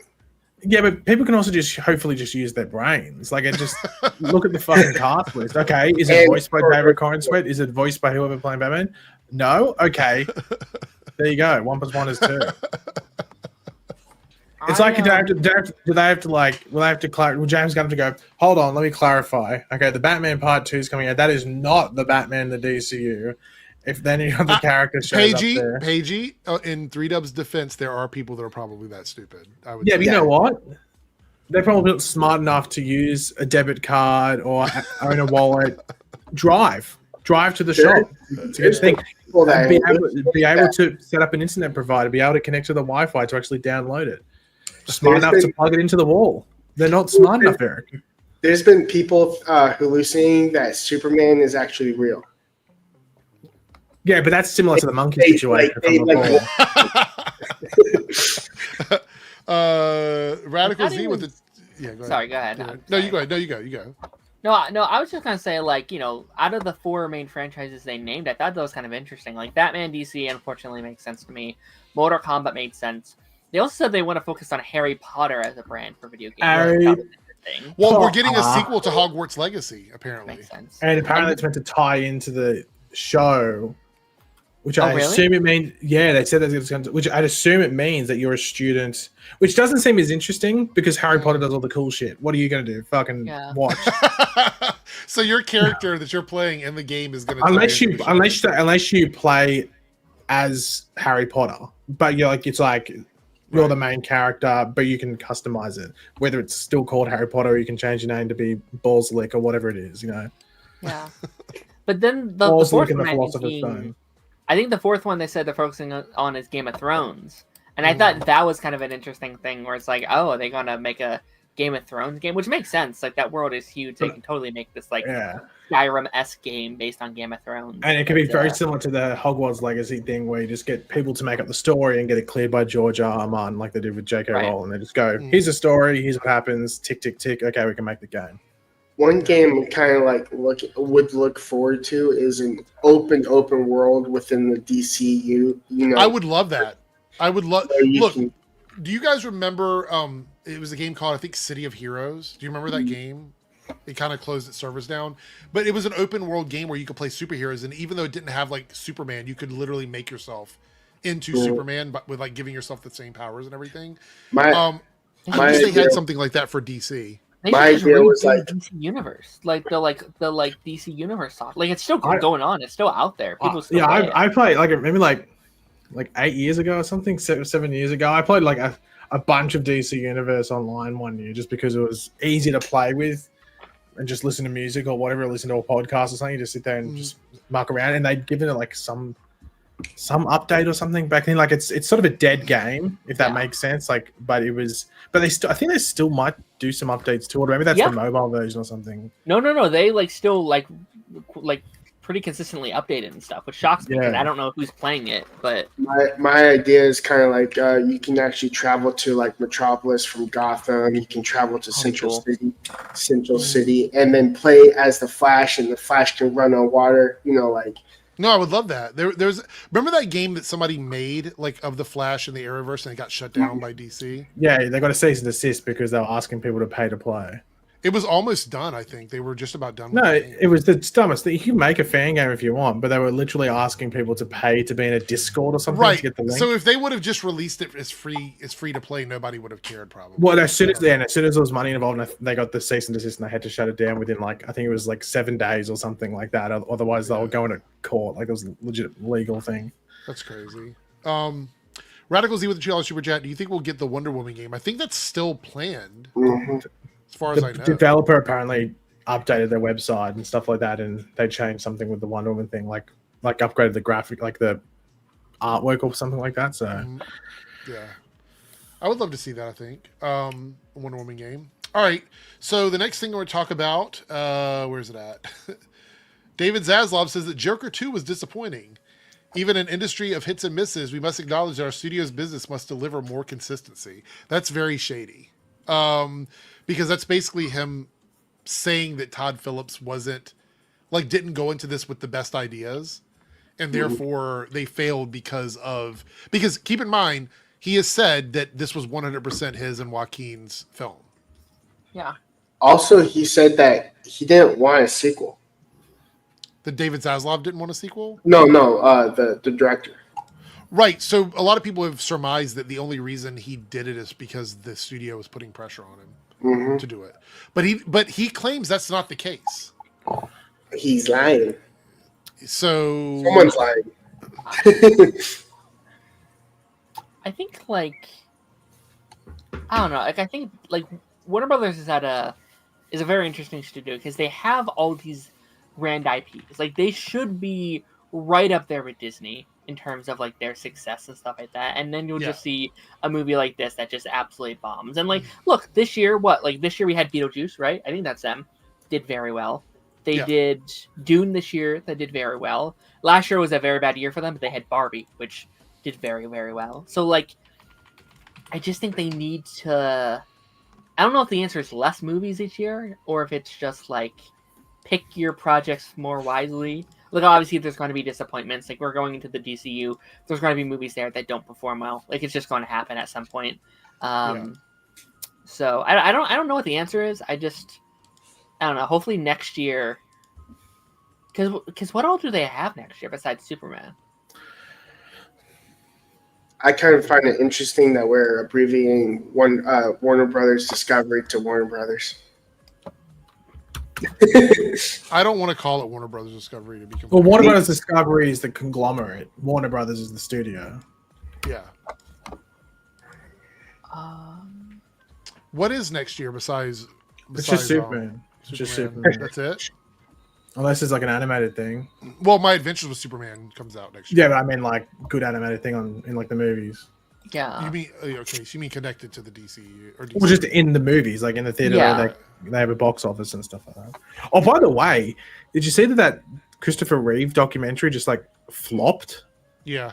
No one saw it. I can't believe that. Yeah, it wasn't really promoted properly, I don't think. Well, yeah, they promoted it way too early, but Warner Brothers paid 15 to 20 million, I think, for it, or something they paid a decent amount for it. Yeah. And then I don't even think it made $100,000.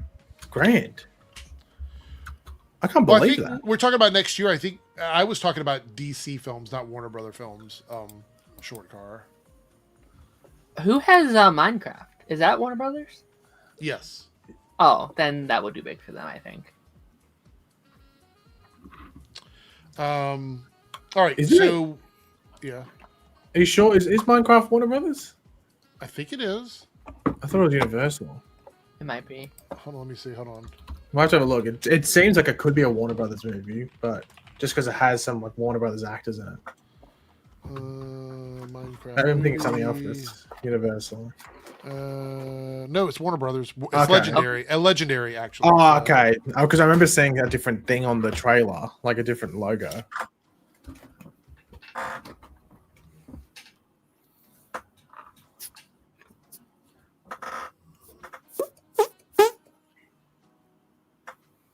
Having a think there, Eric?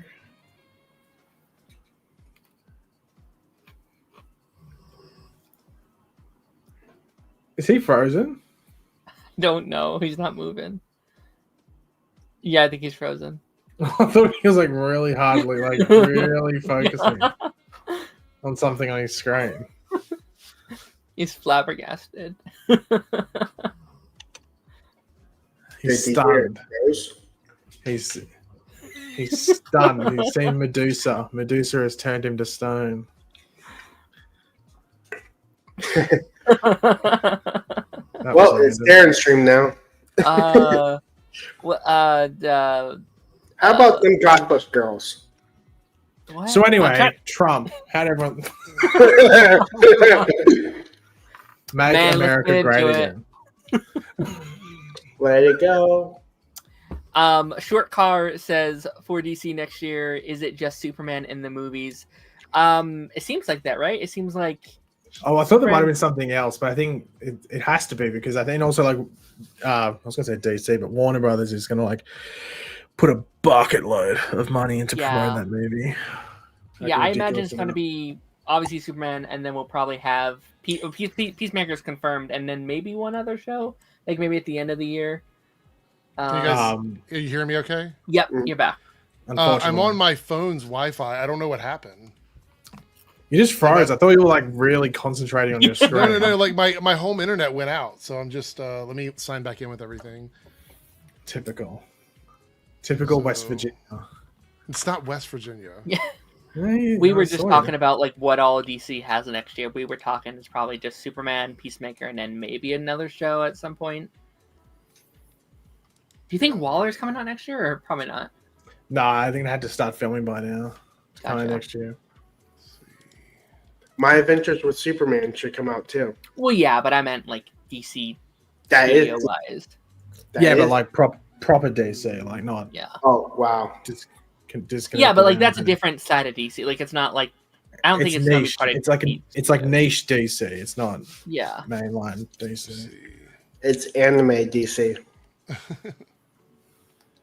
All right, hold on. Present. Even though I don't like that word with American animation.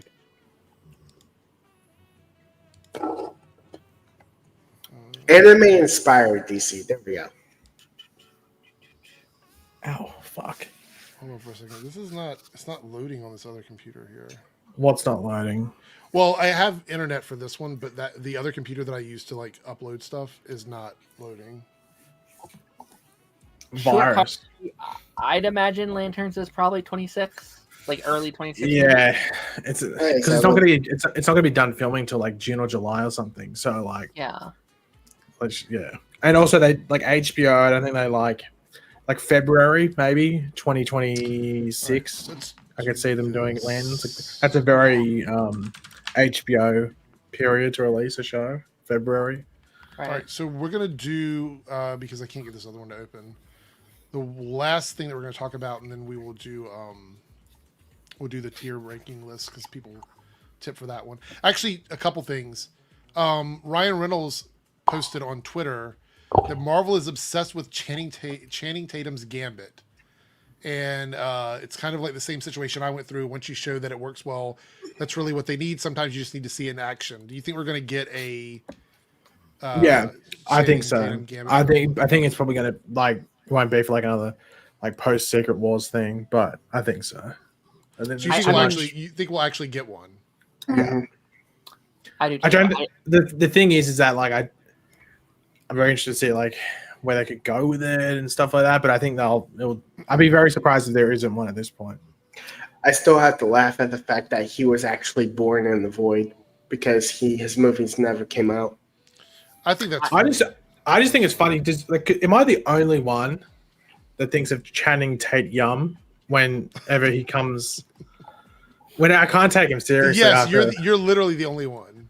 am I the Yeah. only one that You are. whenever it's Channing Tatum, you go Channing Tatum? Yes, you're the only one. No.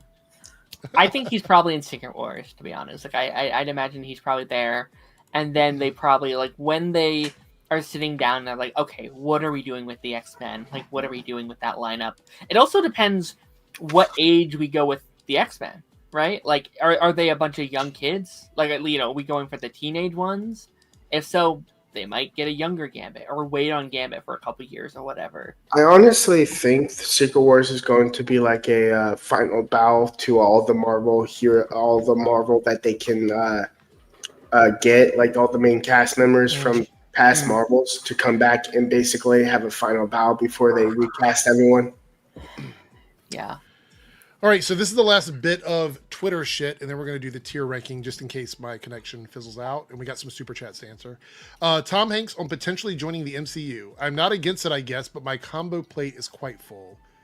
He also talked about superhero fatigue. He doesn't seem to be a big supporter of that concept. He does talk about how genres of movies eventually over time you get to see a lot, and then you have to like up the ante on it.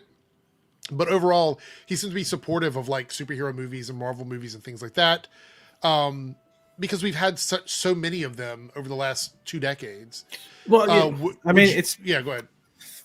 Because like the common genre that people always refer to back to is like, oh, well, this like the superhero genre or the comic book genre is heading down the same path is of course the Western, but the comic book genre it's more varied. You can do more with it in that thing. Like you have something like Joker, but then you can have something like Shazam, or you can have something like Shang-Chi, or whatever, like, or something like the Marvels, where it's very cosmic and or fantastical, all very grounded and serious, whatever it is.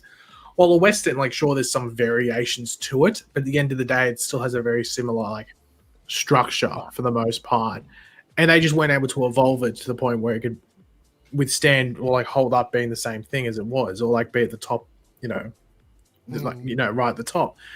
And like you still see Westerns made today, but I got a very, very, very, very minimal ratio to the movies that come out. Yeah. So like, as long as there's a good product there, and there's they'll still be made.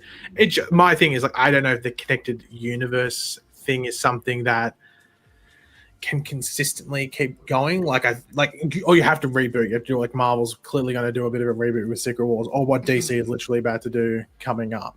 Like that has to happen. But yeah, like I think like I think like as it's said before, like it is like the whole bad movie fatigue is a thing as well. But I think it's also you don't want. I know Eric will hate this. But it's also like mid-movie fatigue. It's not necessarily a bad movie. It's like, but I think people are going to get like a bit sick of paying $20 and going, ugh. Like you don't go out saying, "Oh, that was fucking shit," but you go, "Was that fucking worth it? I could have just waited a month and it'll be on VOD." Like, was it worth paying $20 to go to the theater? And that's the biggest sin I think you can have with a movie, is that it wasn't entertaining or it just didn't feel like it was worth going to watch. I agree with that. I think that's fair. I mean, we've seen it. Like, I believe, in my opinion, the flop arenas of the DC EU movies and the flop arenas of the Sony movies have led to scrutiny against superhero films in general. Because I'll be honest, even some of the most mid MCU movies aren't as bad as like the Sony movies or some of the really bad DC movies, to be quite honest. But I think, to be completely honest, what would be the worst? Okay, go ahead. Finish your thought, then I got. I was going to say, to be completely honest, I think they are almost bad as each other in regards to a consistent length. So I don't think one bad movie is as equal to one mid movie, because a mid movie is just okay. What's a mid movie? But if you have a streak in mid movies, which if you have to look at Marvel, the MCU, it just had a string of, whether you agree or not, throughout the entire thing, the general audience just didn't really vibe. As a whole, like, love the movies like they did previously for a consistent length. They weren't saying, "Oh, these are shit. Oh, shit movie, shit movie, shit movie." Maybe one of them's shit, but they're not saying every single one of them's shit. But they're just mid, and then it creates it downplays excitement for what's going to come. I don't think one bad movie won't specifically kill that, like that excitement going forward. But I think a streak of mid movies could do more damage than one shit movie. I don't think there's any one Marvel movie that's bad as some of the DC or Sony. There's some really bad DC and Sony movies. I don't think there's any Marvel movie that's been that bad. MCU movie. Are you talking? Yes. Yeah. Okay. I was like, Marvel movies. Hello, watch this Okay, Fame Force so stick. there are boring MCU movies. There's Yeah. some that aren't great, but I think we're talking about bad movies. For me, I mean movies that just fail on so many levels, and like something like Madam Web or Morbius. Like you look at something like that, there's nothing comparable to that in the MCU. There's just nothing comparable to that. I think Secret Invasion is the closest we've got to that, where it's Probably. like fundamentally this is flawed. But I would also say that Secret Invasion was such a unengaged series that I don't think it really hurt the rest of the Marvel films. You know what I mean? I think he said movie, not TV show. Yeah, no, but he said project in the MCU at that last. I would say you look at something in DC, like something that I think was probably like in the DCEU. We're going to be looking at those films here in a second, but in the DCEU, there's a couple of projects, particularly like Black Adam, that just wasn't that good. It just wasn't. Like there are parts of Black Adam that I think were great, but then the vast majority of that movie was boring or bad. And the Marvels wasn't really that bad. The Marvels is another mid movie. Like it's a movie that I think was a lot of fun, but it was. But that plays into the whole thing, like with the mid aspect of it. So like I think that's the biggest danger, because mid also brings like complacency. Like when you make a shit movie, you're told, hey, you just made a fucking shit movie. You made $2 in the box office. What the fuck? Okay, you got to do better than that. But if you make a mid movie, that's a problem, though. I know, but it's a problem that every movie has to be a 10 out of 10. I don't think that's a fair. No, but I still think that, like, in regards to a streak of like maybe not 2 to 3, but maybe like 3 to 4 of midness, which I do think the MCU has had. Yeah, because I'm just saying the MCU because it's ongoing. I'm not disputing that. I'm saying that bar is unrealistic. Not every movie can be a 10 out of 10. Well, no, I'm not saying that, but I'm saying more in regards to the general public's appeal to a film. If that mid stuff goes on, then they lose reliability of, at least in regards to going and buying it, or going to, like, I guess buying it out of the packages, like seeing it in the theater, and then that reduces the quality, or not the quality, the return straight out of the gate, because all of a sudden they're waiting until, I don't know, like how long does it take maybe to get to Disney Plus? I think there's like a 45-day window or something. It's longer than that. I think it's longer than, unless it flops. I think if it flops, then it comes out. Like if it flops, it comes out. Yeah, if it flops, it's like a month later. Yeah. But like Deadpool and Wolverine comes out. Did it come out today? Or wait. It's like, I think it's like, I keep saying it there because I was flicking. It has like coming soon. It's like the first one, which means it's coming out very, very soon. I think it's November 11th, if I remember. Yeah, it's either. Yeah, it must be. Maybe it's next week. But that's been like, when was that? Was that June or July? July. It was end of July, so August, September, October. Well, if a movie performs really well, they're not going to rush it out to. Yeah, but that's what I mean. Like, so that's what I'm like. Yeah. I'm just trying to like figure out. So at the very least, even if it just like does okay, it's probably like 3 months. So say, for example, a theater or a franchise of movie puts out like a bunch of 7 level films. Like we're doing a 1 out of 10, a bunch of 7s, which I would say is right above mid. Let's just say we'll just name a movie. Like what's mid to you in the MCU? So for me, mid would be something like the Thor: The Dark World. No, that's shit. And no, I love that. To me, that's like top tier. But of course, I would say I was gonna say Quantumania would be mid. I would say the Marvels could be argued as being mid, but I think it's better than Quantumania, in my personal opinion. Yeah. I think the Marvels is better than Quantumania. I think you could say the Eternals was mid, but the Eternals also was when Marvel was trying to do something different with their films. Yep. So it was one of those like experimental projects. Iron Man 3 was a little above mid.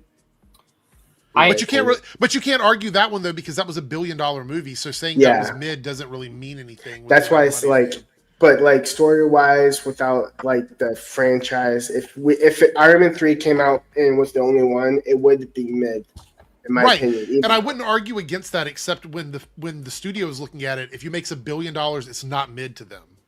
Yeah, we're talking about mid in regards to general public's appeal of the film or view of the film, as well as the box office return. If a movie makes $1 billion, it could be mid, but that just means that the vast majority of people went out and saw it like over 2 weeks. Basically. Suicide Squad was that right? It made a lot of money. Would Iron Man be mid because it didn't make much? No, which is the Think argument. of something. I'm making. Like, Think I of something think more. that- Think of something more recent, like jumping back like. is probably I not mean, gonna- well, if you look at like Phase 4, that's what I'm saying. Like Black Widow, which Black Widow could be argued as mid, but Black Widow also came out during COVID, so that's a really hard one. Same thing with Eternals. Those two movies are hard to really figure out what they would have done because they both came out when theaters weren't really open. So that's hard to determine that. Wakanda Forever was made like almost $900 million. So financially, it's not a mid movie. It made money for the studios. Guardians of the Galaxy 3, I think was much better than Guardians 2. So I don't think that would be considered mid. I think that's above mid for me. And it made money for the studios. Sorry, go What? ahead. No, I was just going to say, like, what I think is so interesting is, like, I think everyone does agree that Marvel had a course of mid movies or shows or whatever afterwards. But what's so interesting is no one agrees on what movies are the mid ones, right? Like everyone has a different one. I was like, no, this one's mid and this one's great. But that goes back to my whole. That goes back to me like saying that like the standard of like what's considered a flop era is weird because if we can't even agree on which ones are the mid films, like you were saying, Darren, but we do know there were mid films. I think that there is an agreement that things were mid. Like something was mid in those films, whether they made money or not. My issue is we've reached a point where if a studio is putting out just okay or good movies, they get punished by saying, "Oh, it was just okay." There was an era of time where okay movies were acceptable. They still made money.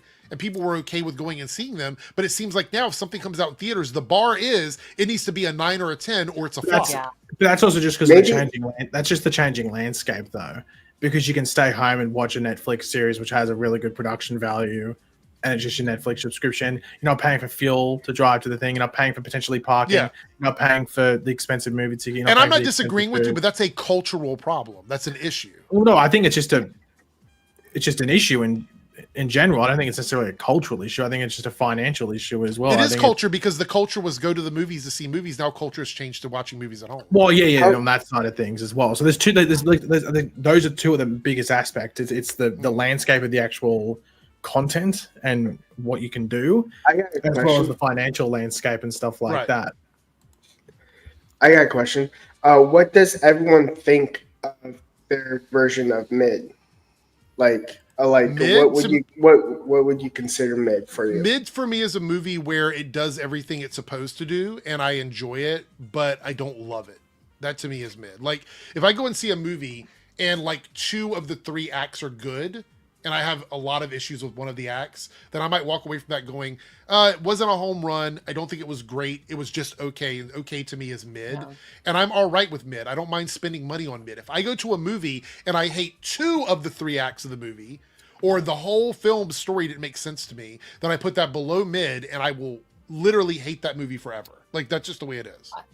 What's your thought there? To me, it's just like what exactly how it sounds. It's middle of the road. It's not good. It's not bad. It's right in the middle. It's fine. It's like it's a fine movie. I do just want to go back like really quickly if I'm allowed to, just to like I do think a lot more eyes are on Marvel now where it's like, oh my gosh, they're making all these mid things and all these things. They're also making more in general. So there's going to be more mid because they're making more. There's more of a chance for things when to Marvel be was mid. on top, there weren't any TV shows connected to the movies.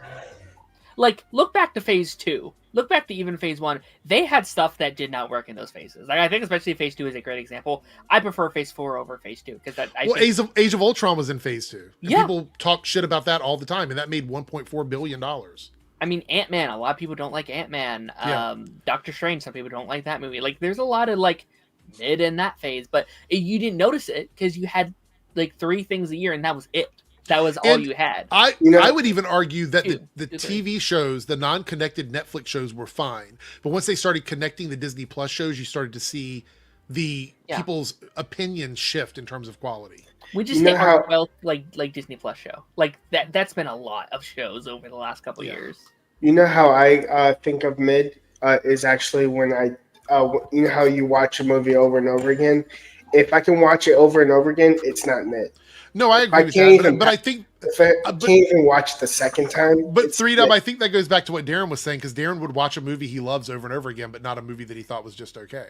So Yeah. I feel like all of our definitions kind of lead to the same, but it's different roads to the same destination. I don't like. For me, mid is just forgettable.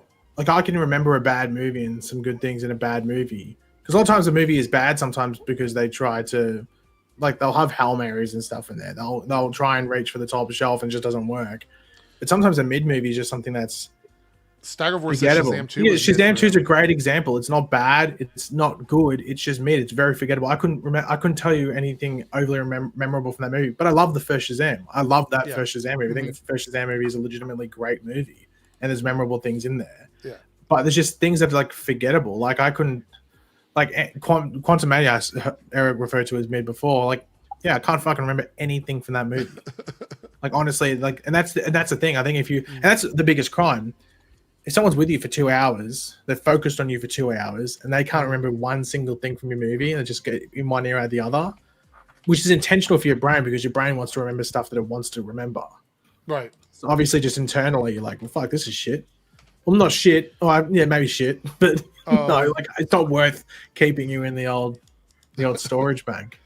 I think we have a couple super chats here, and then we're going to do the tier listing. So Alex Alexander with the $5 super chat. Thank you so much. Out of these 3 movies, you can only watch one, and you can't watch the other 2 ever. Okay. Well, one of them we haven't seen yet, so it's going to be hard to basically judge this. But Beyond the Spider-Verse, which I love. All 3. Oh yeah, all three. Yeah, All three. Okay. So Beyond the Spider-Verse, I saw Spider-Verse. I didn't see the Beyond part. Beyond the Spider-Verse, James Gunn's Superman, or the MCU's first X-Men movie. Okay, so I'll go first. It's really easy for me. I've already seen X-Men '97 as much as I would. Hold on. Is this some woke propaganda? Superman. No, it is not woke propaganda. I just got onto it. Yeah. Wow. James Gunn's DCU goes woke? Question mark. Yeah. Well, I mean, it already is woke, right? We're going to be doing That's that called video Supergirl. That's next week's topic. MCU's first X-Men movie, I would say I could pass on that because we've already had so many X-Men movies. As much as I love to see it, I love X-Men '97. If that's all the X-Men we ever got from Marvel, I'd be okay with that.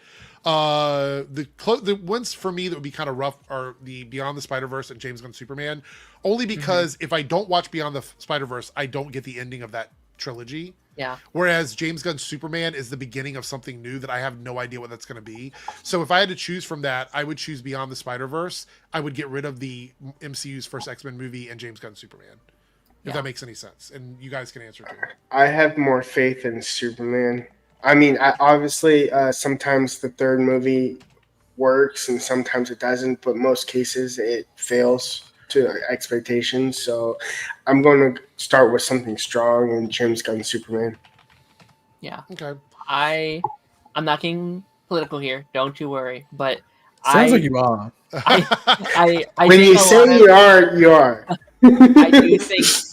I think there's a lacking in hope in just media right now, and I think people need a little bit of hope. Like, I think people need a reminder, hey, things are going to be all right. And I think that's what Superman can give. I think people need to be reminded, what does Superman stand for? And I think so you're going with Superman. Yes, what you would watch. Yeah. Okay. Paigey, which one would you go and see? I know you're going to say Superman, but go ahead and say it. No, I'm starting to say Superman. I'm actually really interested in Superman. Right. See what James Gunn's take on Superman would be. That would be funny. That would be a funny movie. I'd love to see how he did that and how people would be outraged the minute he announced that. All right. Emo Kal-El. We have a $2 super chat from Lone Wolf. It says, did you ever talk about the Tarantino comment on Joker 2? I think we did a couple of weeks ago on one of our Nerdcasts, but I did pull up the quote here just to kind of go through it quickly before we get to the list. I really, really liked it a lot, like tremendously, and I went to see it expecting to be impressed by the filmmaking, but I thought it was going to be an arm's-length intellectual exercise, but ultimately I wouldn't think worked like a movie, but I would appreciate it for what it is. I'm just nihilistic enough to enjoy a movie that doesn't quite work as a movie. So he's basically saying he likes a movie that doesn't... He's essentially saying the movie wasn't a good movie, but he still liked it anyway.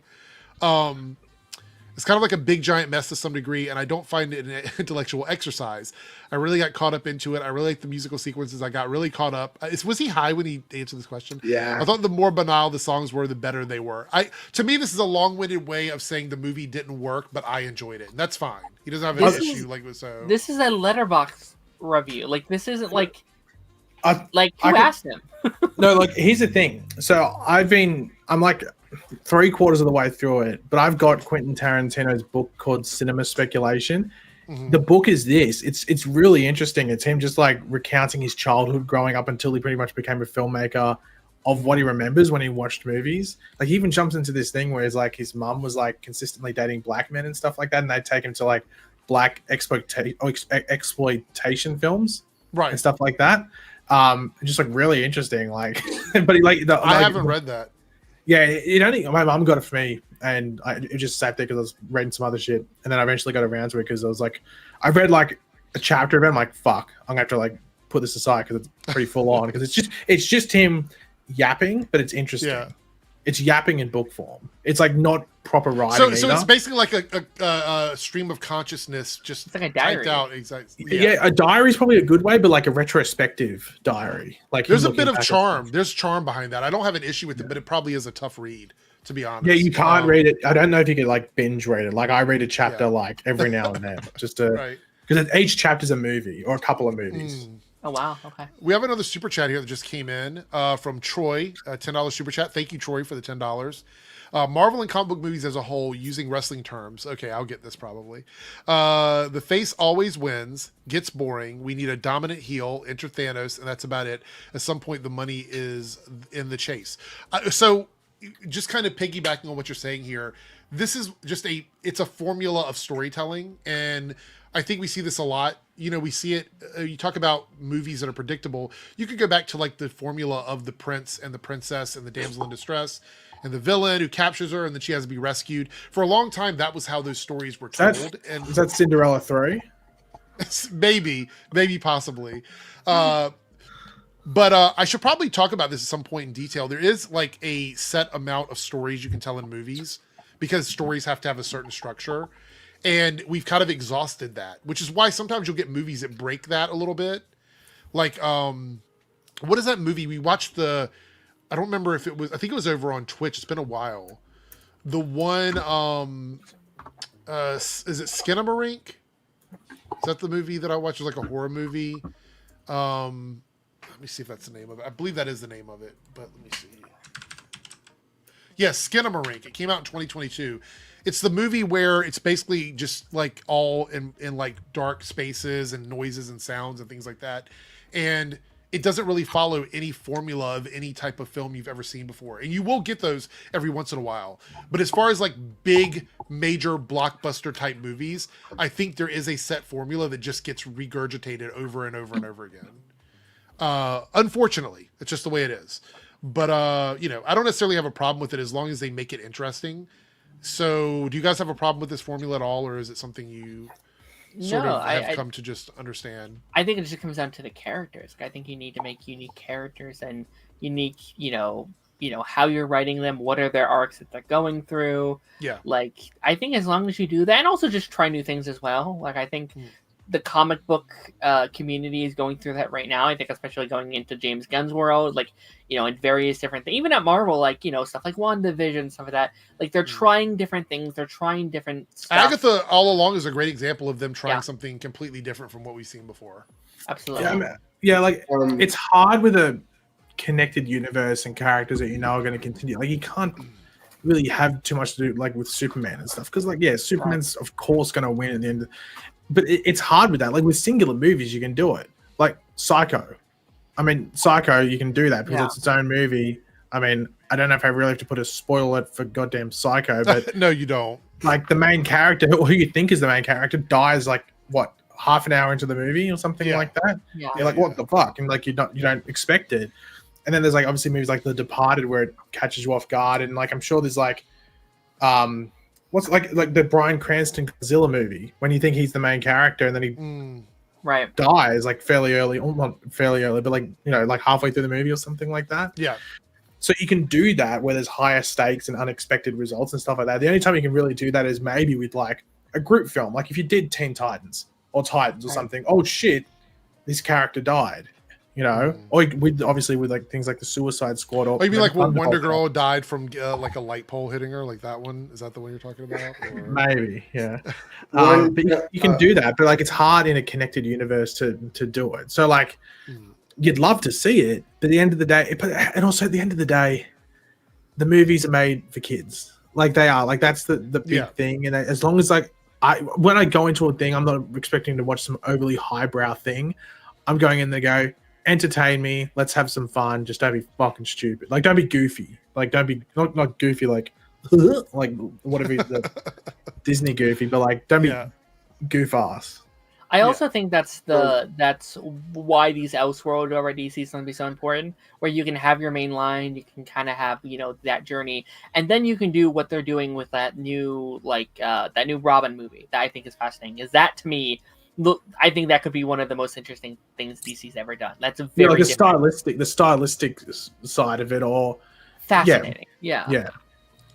Like when I first read that, I was like, oh, that sounds like, oh god, another animated thing coming. And then I saw the actual the other test footage. Well, it's a test footage, it was like a real footage reel or something like that. And I was like, oh god, that actually looks really cool. It's like almost like if they did it like a Wallace and Gromit style DC movie, not with Wallace and Gromit, but like the claymation sort of thing, like Chicken Run, like that style. I'd be really interested to see how that would look. Like, but maybe you could do something a bit more like out there with like a certain character, like I don't know, like some sort of deformed thing, like Swamp Thing. I don't know, something like that. Yeah, like Plastic Man's probably a good fit, to be completely honest. One trope I like when watching TV is actually the when an underdog is more than he appears to be, and everyone looks down on him thinking he's worthless, and he comes up on top. Yeah, that was on the weekend on CNN. No, it's usually anime. Don't even go into that. Don't even go into that. Don't feed into it. Just ignore it. Move on. We do have a super chat here from Staggervore. What would you consider a mid TV show? So this one's a tricky one. Not for me. There's one that I love, but I do think it was mid overall, and people tend to forget it, even though I think it had some strong points in it. Is Jessica Jones? In general, are we talking mid TV shows out of all TV shows, or just Marvel? I'm going to go with Marvel because I feel like it's part of the conversation. I mean, there's a lot of mid TV shows I could talk about, but if I'm sticking with the Marvel stuff, I would say I enjoy Jessica Jones, but I also feel like it's one of those shows where some people just didn't vibe with it, and it just never really took off like the other ones. But there's a lot of great things about it. But in terms of if you look at the Netflix shows, so it's really easy. Like Netflix shows for me, ranking the 5 that we got before we get this next Daredevil season, not counting the Defender show because that was just a one-off thing. But I would say Daredevil's number 1, Luke Cage for me is number 2. Then right dead in the middle would be Jessica Jones and Punisher, and then Iron Fist would be at the bottom. Oh wait, okay. For me, it's actually Daredevil number 1, Punisher number 2, okay. 3 Luke Cage, 4 Jessica Jones, and 5 Iron Fist. So Jessica Jones is still towards the middle of your list. Yeah, basically. Okay, yeah. That's what I'm saying. I feel like that's a mid show. It's nothing wrong with it. It's just okay. But there could be other examples of mid TV shows. I mean, you could use DC shows if you wanted. Look at the Arrowverse. What would be considered a mid Arrowverse show? I would argue. No, Legends was below mid. I would argue that Supergirl is mid for me in the Arrowverse. I think Supergirl had some really good stuff, but it also had some not good stuff. And so for me, it fell in the middle. That's kind of where Supergirl fell for me. I would say Batwoman too. Batwoman up until the 3rd season. Yeah, the 3rd season was the best season of Batwoman in my opinion. But mid. It doesn't have to be a superhero show. I was just using the Netflix shows as an example. A mid TV show. What would you consider a mid TV show? You probably want to go outside of that bubble, right? Well, no, I was just trying to have a think.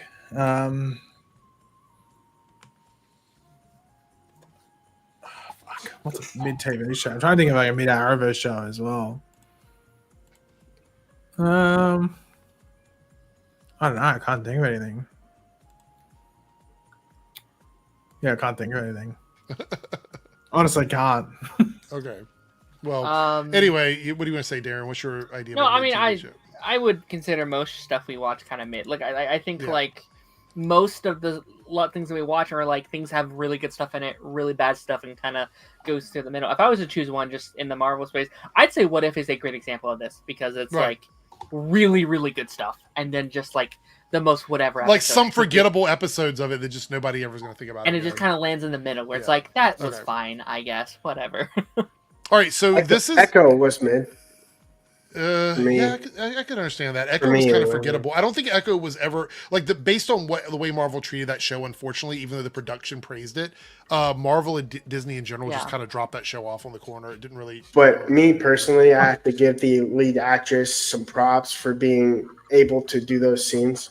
Because I think there was a lot of great stuff in that show. I just think Marvel didn't have any faith in it. Eric, I don't think Marvel dropped Echo off the corner. I think they dropped Echo off at the train station and said, "Here's 50 cents for the train ticket." Yeah, I mean, they really Have fun. disrespected that show completely. All right, so this is going to be the ranking for the DCEU. You guys reached the goal, so we're going to go through this and rank these movies. And there is a TV show in here with Peacemaker, because all this is part of that first one. So Wait, where's the Pulling up my list. we're gonna fight. We're gonna fight here because I have a feeling some of these are going to be contrasting opinions. This is going to be my list, and then I might take some advice from people, but it is my list. Okay. So in my list, are we ready for this one? Man of Steel. that's going to be S for you, huh? What do you guys think? Where do you think I'm going to put Man of Steel? You're going to put an S.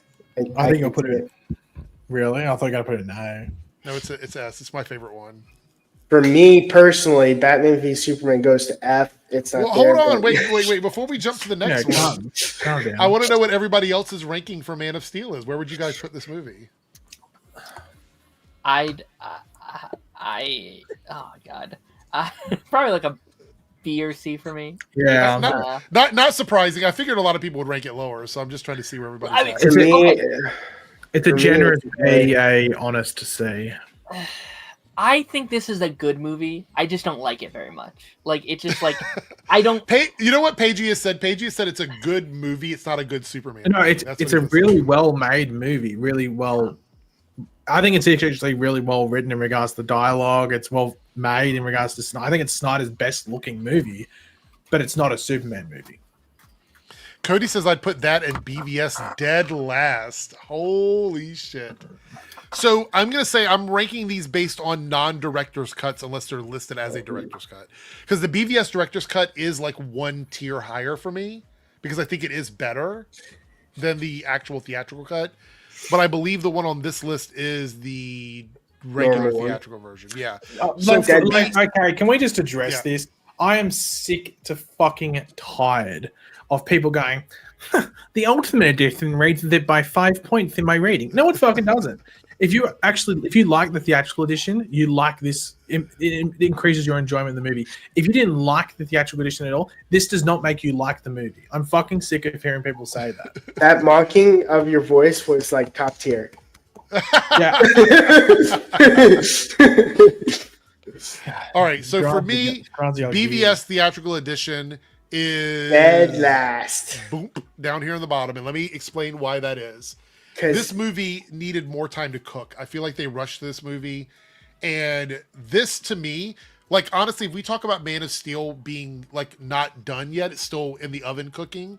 BVS was the ultimate like leave it in the oven for too long because so many things in this movie to me could have waited. For example, the relationship between Batman and Superman should have been established outside of this movie because it's the frenemies, but not really frenemies because they don't know each other yet. And also, Superman's journey from Man of Steel to BVS left out an entire film's worth of storyline for Superman, where he actually had a chance to be Superman. You know what before they're Batman? crucifying him and putting him through court. You know what Batman felt like? Cecile plot device. I mean, there's He so was many like issues with this literally movie. just like I he was could integrated go on and into on the about fight problems of with Man this of film. Steel. I get what you're saying, but I could go on and on about the problems with the movie. Look, the movie looks beautiful. There's so many scenes in this movie that look great. I think Batman's armor when he's fighting Superman looks amazing. I think the fight with Doomsday, even though I don't like the way Doomsday looks, I think the overall fight is great. I think the best part of this movie, which is the one thing in the film that isn't even in the title, is fucking including Wonder Woman in the movie. If Wonder Woman wasn't in this movie, it would be even worse than dog shit. She was the best part of this film, and she's not even in the title. They're calling it Batman v Superman with Wonder Woman in it, and Wonder Woman isn't even in the fucking title. So it was baffling to me. Absolutely baffling. Maybe it's because she wasn't versing Superman. Okay, yours truly is coming to the chat. That's not general. That's Eric Schilling. I think most of us agree it's a B or a C. I'm on C for Man of Steel. Just wait, did somebody jump in and say that I was shilling or whatever? Who says that? Well, they just said no way Man of Steel is S tier, bro. And I'm like, I just want to clear my name with his association with that ranking. Pagey sent me it's in the private chat. He says to make sure you put Man of Steel S tier, and then I'm going to pretend like I don't like it. Well, the thing is that I actually disagree with you on BVS. So where would you put BVS? Probably C alongside Man of Steel. I agree. I think like BVS is a movie. I don't like BVS a lot, but also I think there's a lot that they do cool. Like I think there's a lot of things that work with it. Like I think it's actually similar to Man of Steel. I think it's one of the best made DCEU movies, just in terms of like the cinematography and how it's shot and the script and stuff like that. I think it's gorgeous. And then you have things like killing Jimmy in the first 5 minutes and various things they do throughout it. I think killing Superman in the second DC movie is bonkers to me. Like I still can't get past that decision. But I think it's for me it's like a high C. Yeah, probably like a C, like a low B, high C kind of thing. All right. The major aspect that I hated completely from Batman v Superman is the fact that they're worshiping Superman like a god. Well, that's what I'm saying though. That needed to actually, in order for that to make any sense, we needed a second Man of Steel. We needed another Superman movie. That ticked me off. It did, because it was so weird that the Superman we knew in Man of Steel becoming like Jesus to people, God to people, seems so weird with no literal explanation for why that is. That was just Zack Snyder being Zack Snyder. All right, so the OG Suicide Squad, the one that released the David Ayer cut. Look, this is controversial because I think one half of this movie is a lot of fun. I think the other half of the movie one is character is all like fun for me. But I'm gonna put it in the C tier for me. I'll agree. I think it's a C tier movie. I disagree. I'd probably still I'd put that D. I do agree with you where there's fun parts, but the bad stuff is just so fucking bad. That's the best David Ayer character in that movie is Harley Quinn. There's a lot of stuff. Surprisingly enough, when I was watching this, we went as a big group. In this movie, we were like the first act, we were totally convinced. Like we loved the idea of like all the little montages with the characters being introduced and everything. All the way up until the point where they went into the city.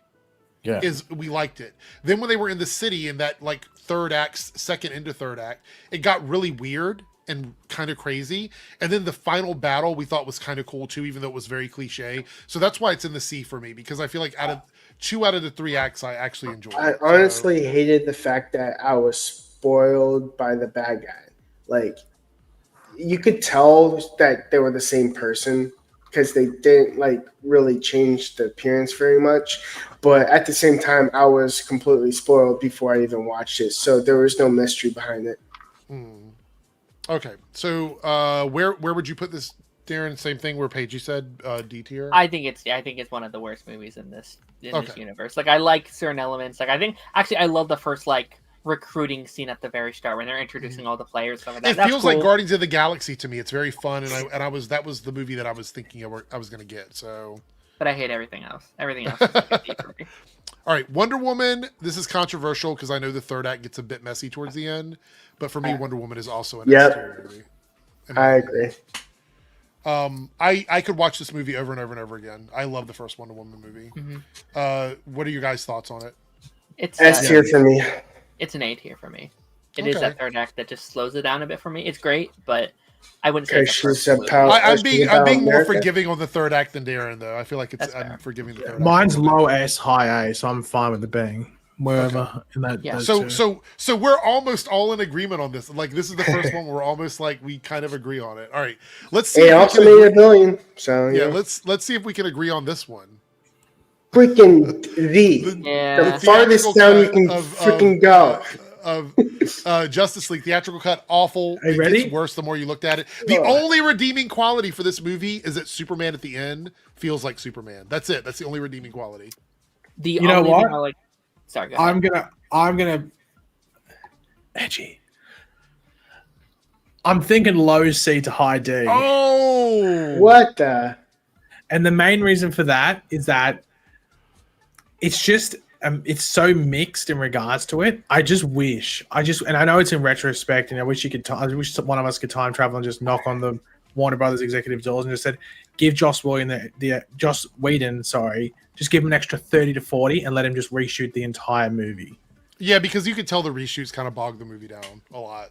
Just let him reshoot the entire movie. If you can't condense Zack Snyder's movie down to 2 hours, just give him the extra 30 or 40. It'll be worth it. It would have been. And I just wish they could have done that. Because I think the best stuff in this movie is the Joss Whedon stuff. Mm-hmm.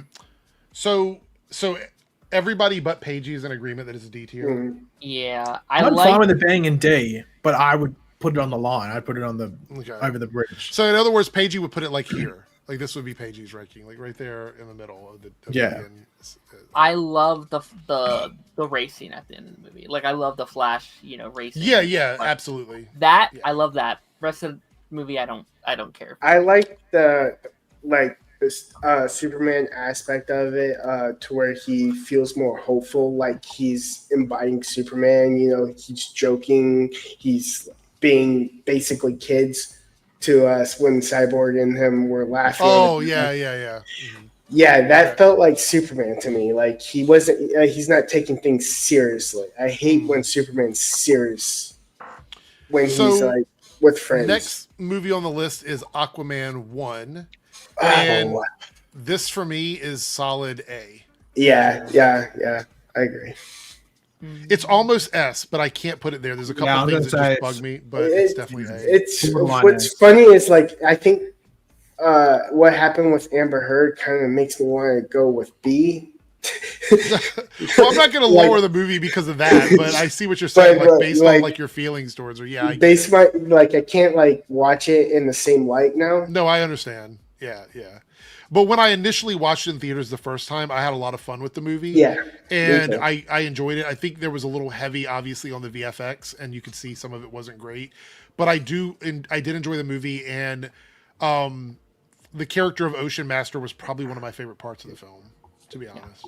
And I feel like they almost did the DC logo at the very end, where he kind of goes up into the sky, in the one with the original DC logo where you have Superman punching. Yeah, I know what you're saying. Yeah. All right, so Shazam, the first Shazam movie, and I know Paige is going to disagree with me on this one. Even though I really loved it, Shazam falls in the A tier with me along with Aquaman. I don't think it's S tier for me, but I can understand why people would put it in S tier. But it's A tier for me, but I'm pretty sure Paige is going to put it in S tier for him. For fun, it'd be on the same thing, on that bridge, S and A. I'm fine with either S or O. Yeah. Fun wise, it's an S for me. Story wise, it's an A. It's an A.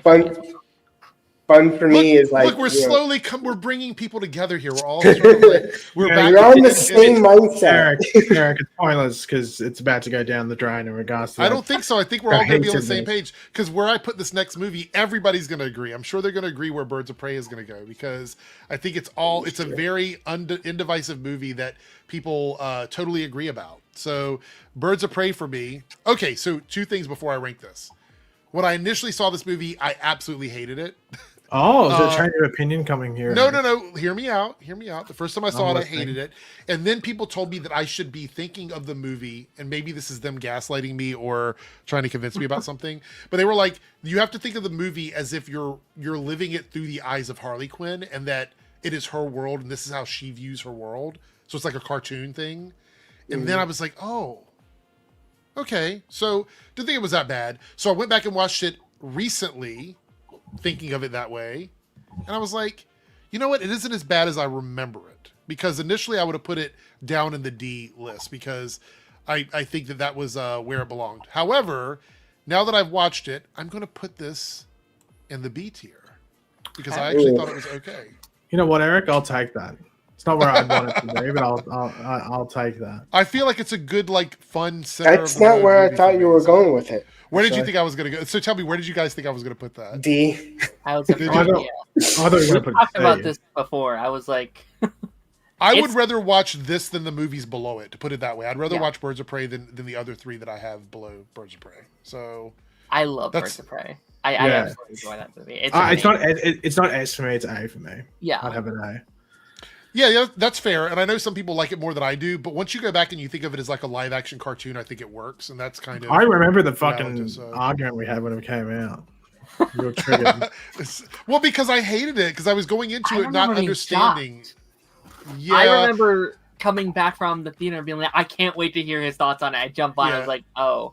All no, right, and like I totally look. Sometimes things happen, and I'm not going to say that I was necessarily wrong. I was just viewing the movie with expectations of what I wanted the movie to be instead of understanding what the movie was. And when I went back and watched it, and I'm like, oh, yeah, like the Harley Quinn cartoon. So this is like her world and how she views her world. And then I started to forgive it for a lot of the things that I was holding against it. And I was like, wait a minute, this is actually a fun movie. And so I would totally watch it again before I'd watch like Suicide Squad, BVS, or Theatrical Justice League. So that for me puts it above that. Although everything above it, I would definitely watch before I'd watch Birds of Prey. But look, I feel like I am making progress. My world is expanding, and you know, I'm kind of aligning things correctly. Okay, Wonder Woman 84. It similar. Oh, what were we gonna say, 3Dub? I was going to say, for me, it's behind Birds of Prey.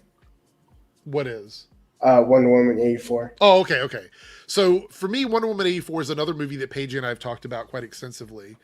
I still hate the third act of this movie. Me too. I hate it. I do. I really do. And I know that's probably not going to be the same for everybody. I don't like it, but I totally understand that Wonder Woman would probably do something like that. Like, And the talk the villain inconsistency. down. My issue with the movie initially was I didn't totally understand that the movie was supposed to feel like a movie that was made in the 80s. I know it looked like a movie from the 80s, but I didn't realize that she was going for like an 80s vibe, because that's not what the first Wonder Woman movie was. The first Wonder Woman movie didn't have a vibe of that era, but I think that's what they were going for with this movie. But I still hate the third act. I hate So- the inconsistency. So Because- for me, I would put it in the C tier, probably. Because if you think about it, like Batman v Superman happened, right? She's leaping. She's not flying. Like, you know, in the yeah, I get what you're saying. Yeah, no, there's there's a lot a of stuff huge wrong in inconsistency. this movie. But the reason why I'm putting it in C, and let me explain why, is I think the first parts of the movie, especially the stuff with Pedro, was a lot of fun for me. And I had a good time with that. So I can't put it down in D because I don't like 90% of those movies I don't like. And I don't dislike Wonder Woman 84 that much, but I also don't love it enough to say that I would watch it as much as I'd watch Birds of Prey. So for me, that's why it's in the C tier. I put it in What's funny is with Pedro Pascal, he fell off for some reason in the film. I just couldn't figure out why. because they were trying to get him to overact. That was the whole point of the movie. They wanted these characters to feel Okay, that may be ridiculous. why. Probably my biggest problem with the movie outside of the third act, and I know people are going to say, oh, this is me, you know, being woke or whatever, but I hated the idea that Wonder Woman would hook up with somebody that was being possessed by the body of her previous boyfriend. Yeah. That to me felt so weird. I know it's a comic book movie and maybe Well- I'm not supposed to think that hard about it, but for me, it's like I'm supposed to believe that Wonder Woman would be okay with that, and I just don't know if I buy that. What's funny is in the TV series with Linda Carter, she actually dated the ancestor of him. But see, I don't even have a big issue with that because that That person looked is still like- consenting to a relationship. This one felt weird, and maybe it is me overthinking it. In chat, you can let me know if that's me overthinking it, and you can disagree with me all you want. And even you guys, if you want to disagree with me, but I just feel like that's not something Wonder Woman would do, and that's what kind of took me out of the movie almost immediately. That's the point of the movie. Like, that's the point of the story, is that she recognizes that she's doing something bad because that's what the wishing rock, whatever it's called, makes you do. It grants you a wish, but it pushes you. Because you're cheating. You're cheating life. I get that, but and it the gives other you the person was an consequences of innocent that. person that was affected by this. I understand. I I understand that. That's probably the only thing, is that they probably don't properly address that to the extent that they could. But I don't know how they could have done that in regards to it, like the Wonder Woman's perspective. Like, what she meant to do, go up to the guy who has no idea what had happened and be like, "I'm sorry for that." This feels like a WandaVision kind of plot too.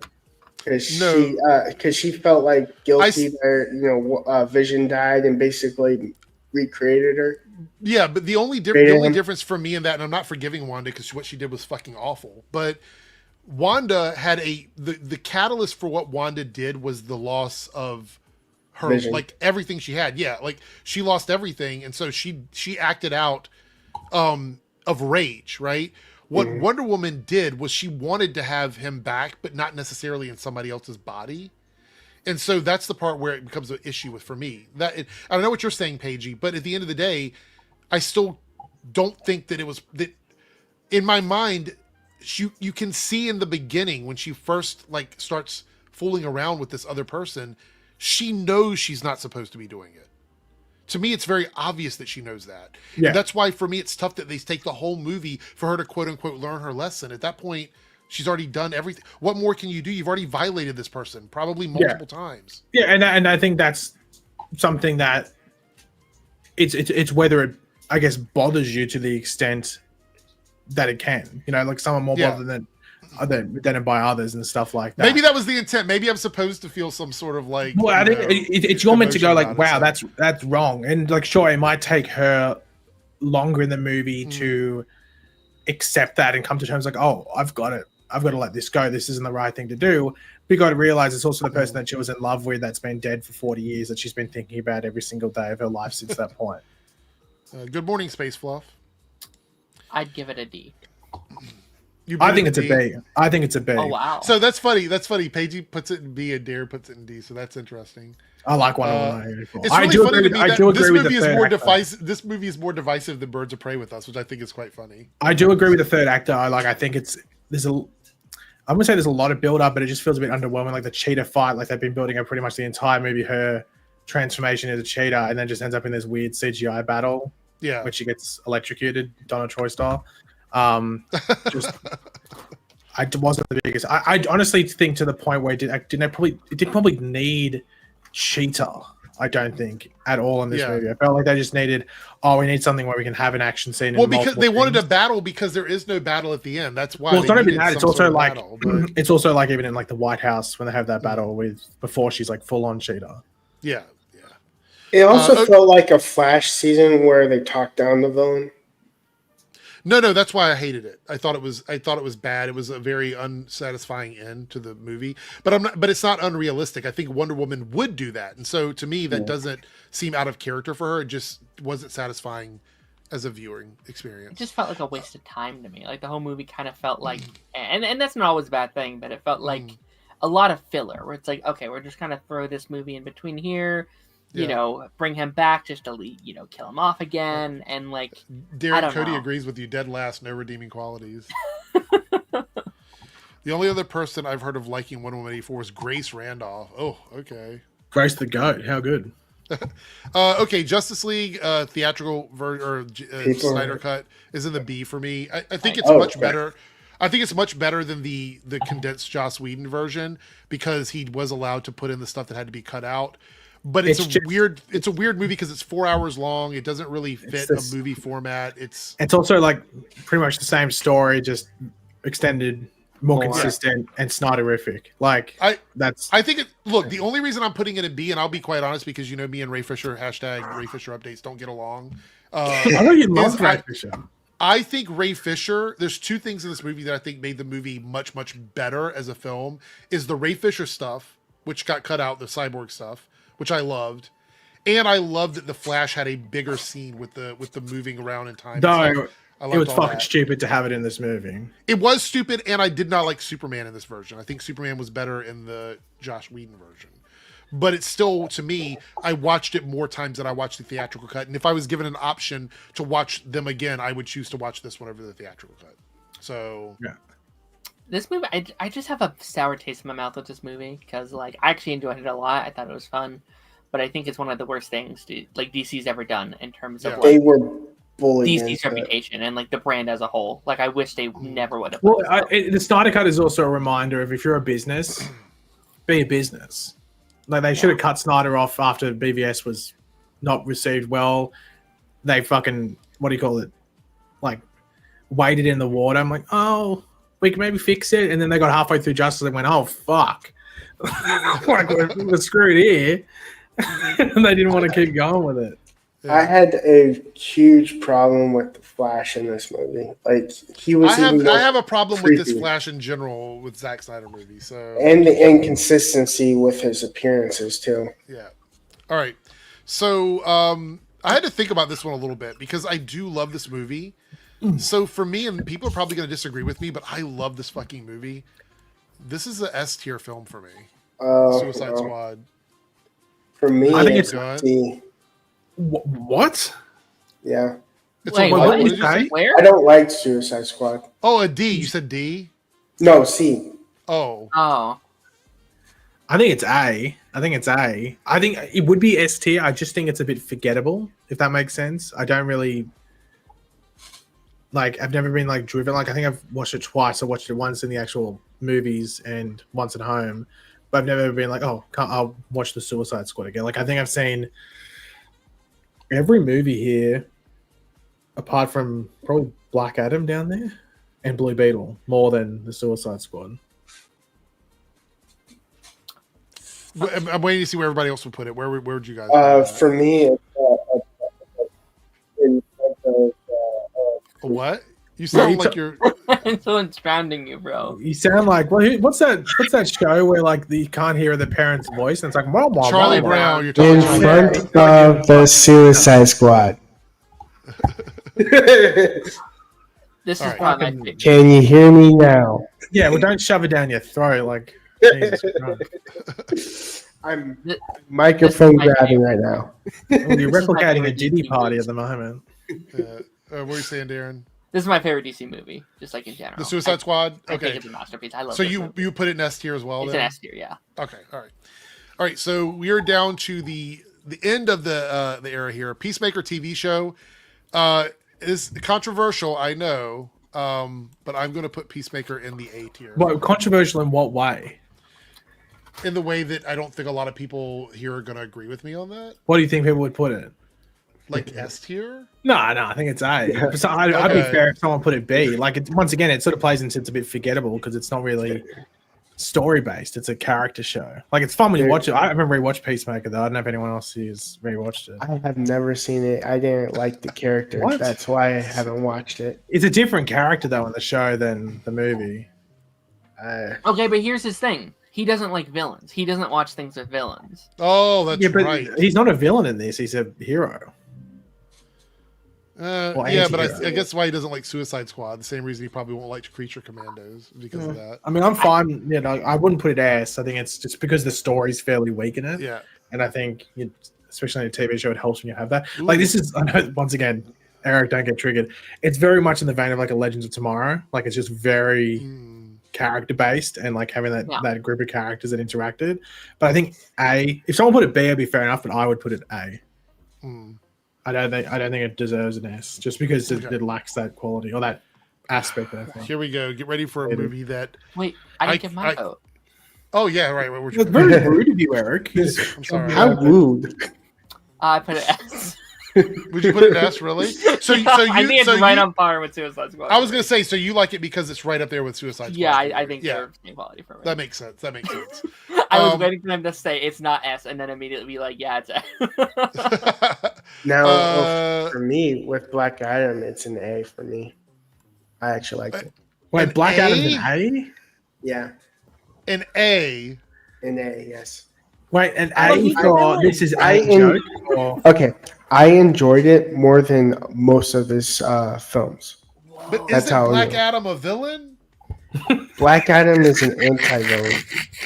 So is Peacemaker and the Suicide Squad. Like I said, like it's kind of complicated with me. I mean, that's Doesn't fair. he It's make up Dwayne the rules? Rock Johnson. I'm freaking watching it. You watching Red One? Because I think that's Okay, tracking we're gonna do horribly. this one a little bit different. He's telling me where would you put it again? Say it again. B, A, No, A. A. So where would before I put my? We're gonna go backwards this time. Where would everybody else put Black Adam before I put it up? I want to know. I put a C. Yeah, I was gonna say it's probably like an honest C, generous low B. Just because like I think the Justice Society is fairly interesting and cool in it. I like Hawkman. I like Dr. Fate and stuff. Again, that's the only redeeming quality of the movie, in my opinion. And it's not Black Adam, I think. And it's nothing against The Rock. It's just when you watch it, it's hard. You just feel like you're watching The Rock. Like you're not watching Black Adam. Yeah, when I was watching, I was stoned. Just kidding. I'm struggling a little bit because my gut is telling me to put it in D because I really don't like this movie. But the Justice Society is the really Justice good. Society is Dr. what redeemed it a couple Hawkman. of points. Yeah, I would almost feel bad because I think Hawkman was a perfect casting. I think Dr. Fate was a perfect casting. I really enjoy those two characters. I'm gonna drop it in C, and also a very light, generous C for me. But here's the thing, Eric. You also forgot you love the character of the kid. That was really not annoying. In the film. That was awful. I mean, I could fluctuate between a C and a D for Black Adam, but it's at the bottom. It's definitely at the bottom for me. I liked it when I first saw, when I first came out of the theater. I was like, that was really fun. And then every day after I saw it, it went down for me. That was me.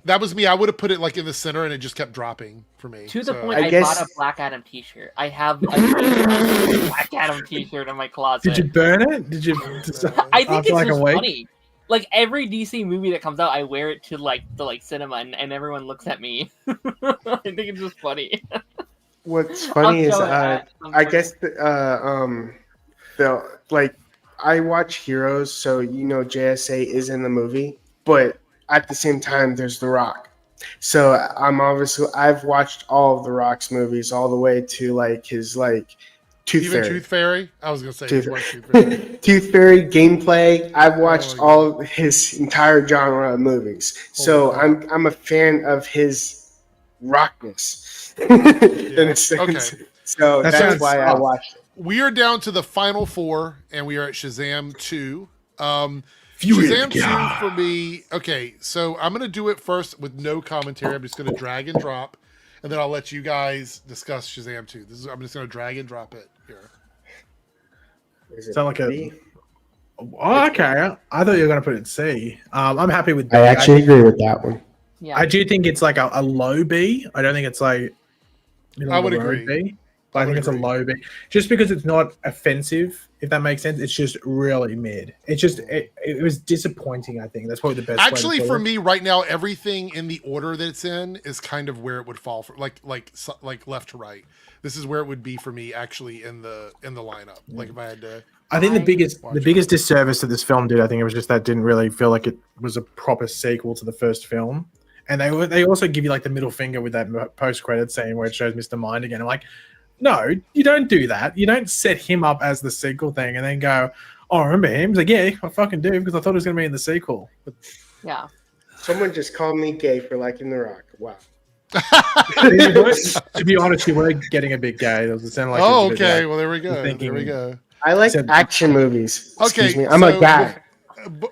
Before we go through the rest, did everybody say where they would put Shazam 2? I'd also put it in B. I actually loved this movie, especially when I first I saw it twice in the same week when it first came out. You know what the shining star for this movie was for me? Mary was the shining star in this movie for me.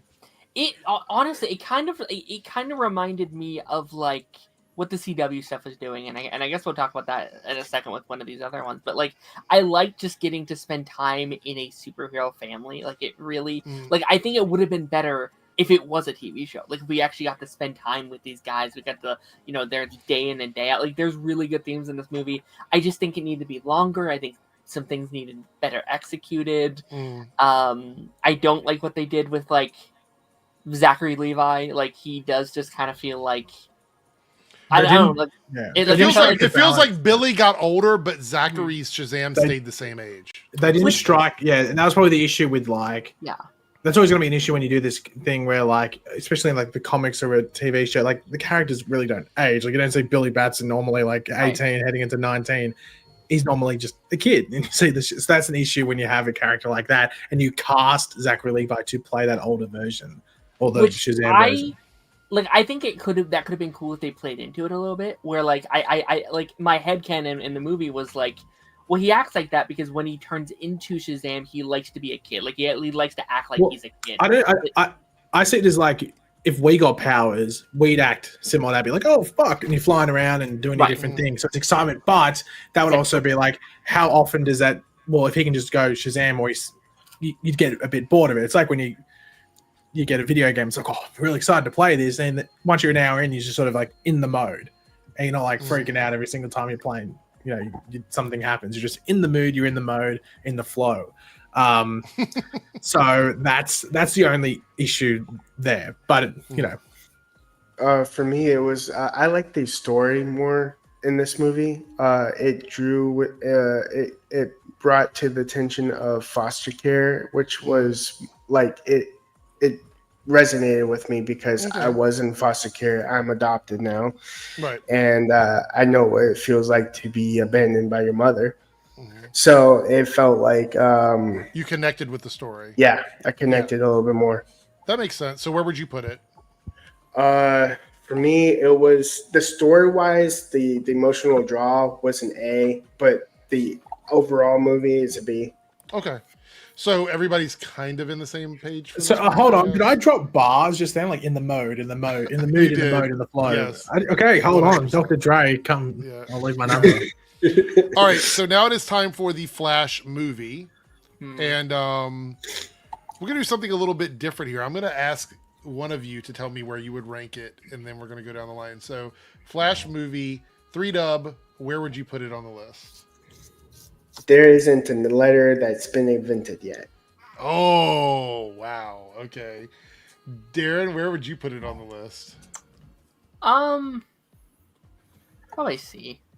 Okay. I mean, listen, there's things I like about it, but Did I you didn't like the babies falling? No. I mean, I don't get it. Okay, you know what though? Before I saw before I went in, I did see the reverse clip on Twitter where it looked like he was putting the baby in the microwave. Before I even saw the movie, I was like, "What is this context? What the hell did this movie do?" Yeah, it's terrible. You don't cook babies, and it dinged for the love of God.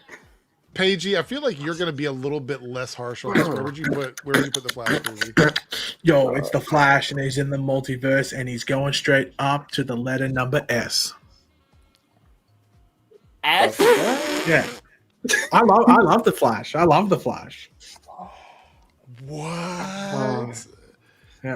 S?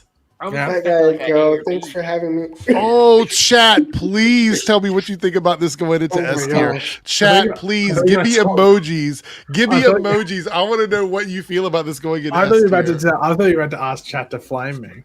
No, I want to see what they think. Give me emojis with your reaction to Paigey putting this in S tier. Because out of everything we've talked about, that's crazy to me. That's crazy. Why is that crazy? Because I think the movie's okay. I don't think it's an S tier. Michael Keaton couldn't save it. I don't know. Like, there's some good shit in this movie, but S tier, that would mean it has to be like almost perfect for me, and it's not even. It's not high even S. close. It's. I don't think any movie's like really like high S. It's definitely like on that that bridge thing between S and high S. Holy okay. So I'm gonna put it where I would put it, and for me, this movie falls like right around here. No. Oh, that's even worse. And I would actually put it ahead of Justice League. I actually put it ahead of Birds of Prey. But it's still in the middle for me. It's just an okay movie. Like, I watched it again recently, and I'm like, it's all right. There's some stuff in it that I don't like, but like a lot of stuff falls apart in the movie, and I don't like Ezra as Barry Allen. So I didn't even like him as Dark Flash. That's the clear thing. And I don't think people want to admit that Ezra Miller factor does bring it down a few points. And I understand that. Like, I 110% understand that. Yeah. That it does bring it down points for people. Can you explain to me how the freaking they forgot that he could time travel and he just realized he could time travel in this movie? What do you mean? He like literally time traveled in Justice League for a split second. He also time traveled in the Zack Snyder's Justice League, but he does it in this movie and figures out he can do it. No, he doesn't. He remembers that he did it. He says it to Ben Affleck's character. No, he literally said that. He literally said that he just found out in this movie. No, he doesn't. He knows how to time travel in the opening few minutes. goes back. He like willingly just goes back. He time travels. Then he openly admits to Batman that he can time travel, and that's why he poses the question, I want to save my mom. Should I use this? And he's like, no, probably not, because it could fuck with things. He did it. Go rewatch the movie, dude. Like I'm saying, he didn't explain it to Batman and Zack Snyder's Justice League, but like he does it again in this movie. Why would he need to explain it? He didn't explain to to anyone because none of them would have remembered. He traveled back in time. Why would they remember? Why would he need to tell them? They don't know that they died. He ran back and just saved them. Bro, he got naked in the movie. Remember? He got naked and like teleported through the floor and then ran outside. When he goes back to warn Batman that he like Lois is the key or whatever, that's when he time traveled.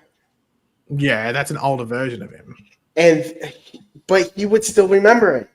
He's saying that happening would be something that Batman would have said, so he would. But why would Batman spoil Barry's future for him?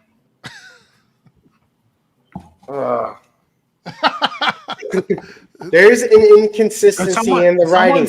Someone said that it sounded like you were high. I think you might be high, 3Dub. I don't think 3Dub is high. I think 3Dub is trying to drop knowledge on you because you put this in the S tier.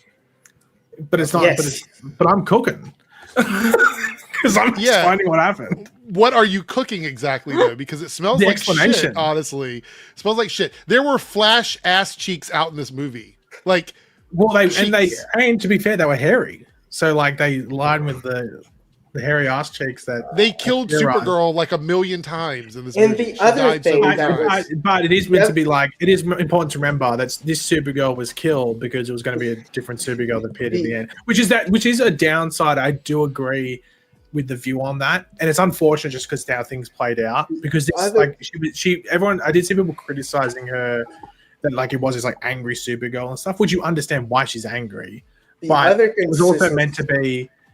Like, we're meant to see the new version at the end of the movie. The other consistency is the fact that he's explained his powers constantly, and he keeps changing his mind whether he can touch a person or not. Like, if he touches them, they explode, and then he touches himself. The other Barry, and he throws up.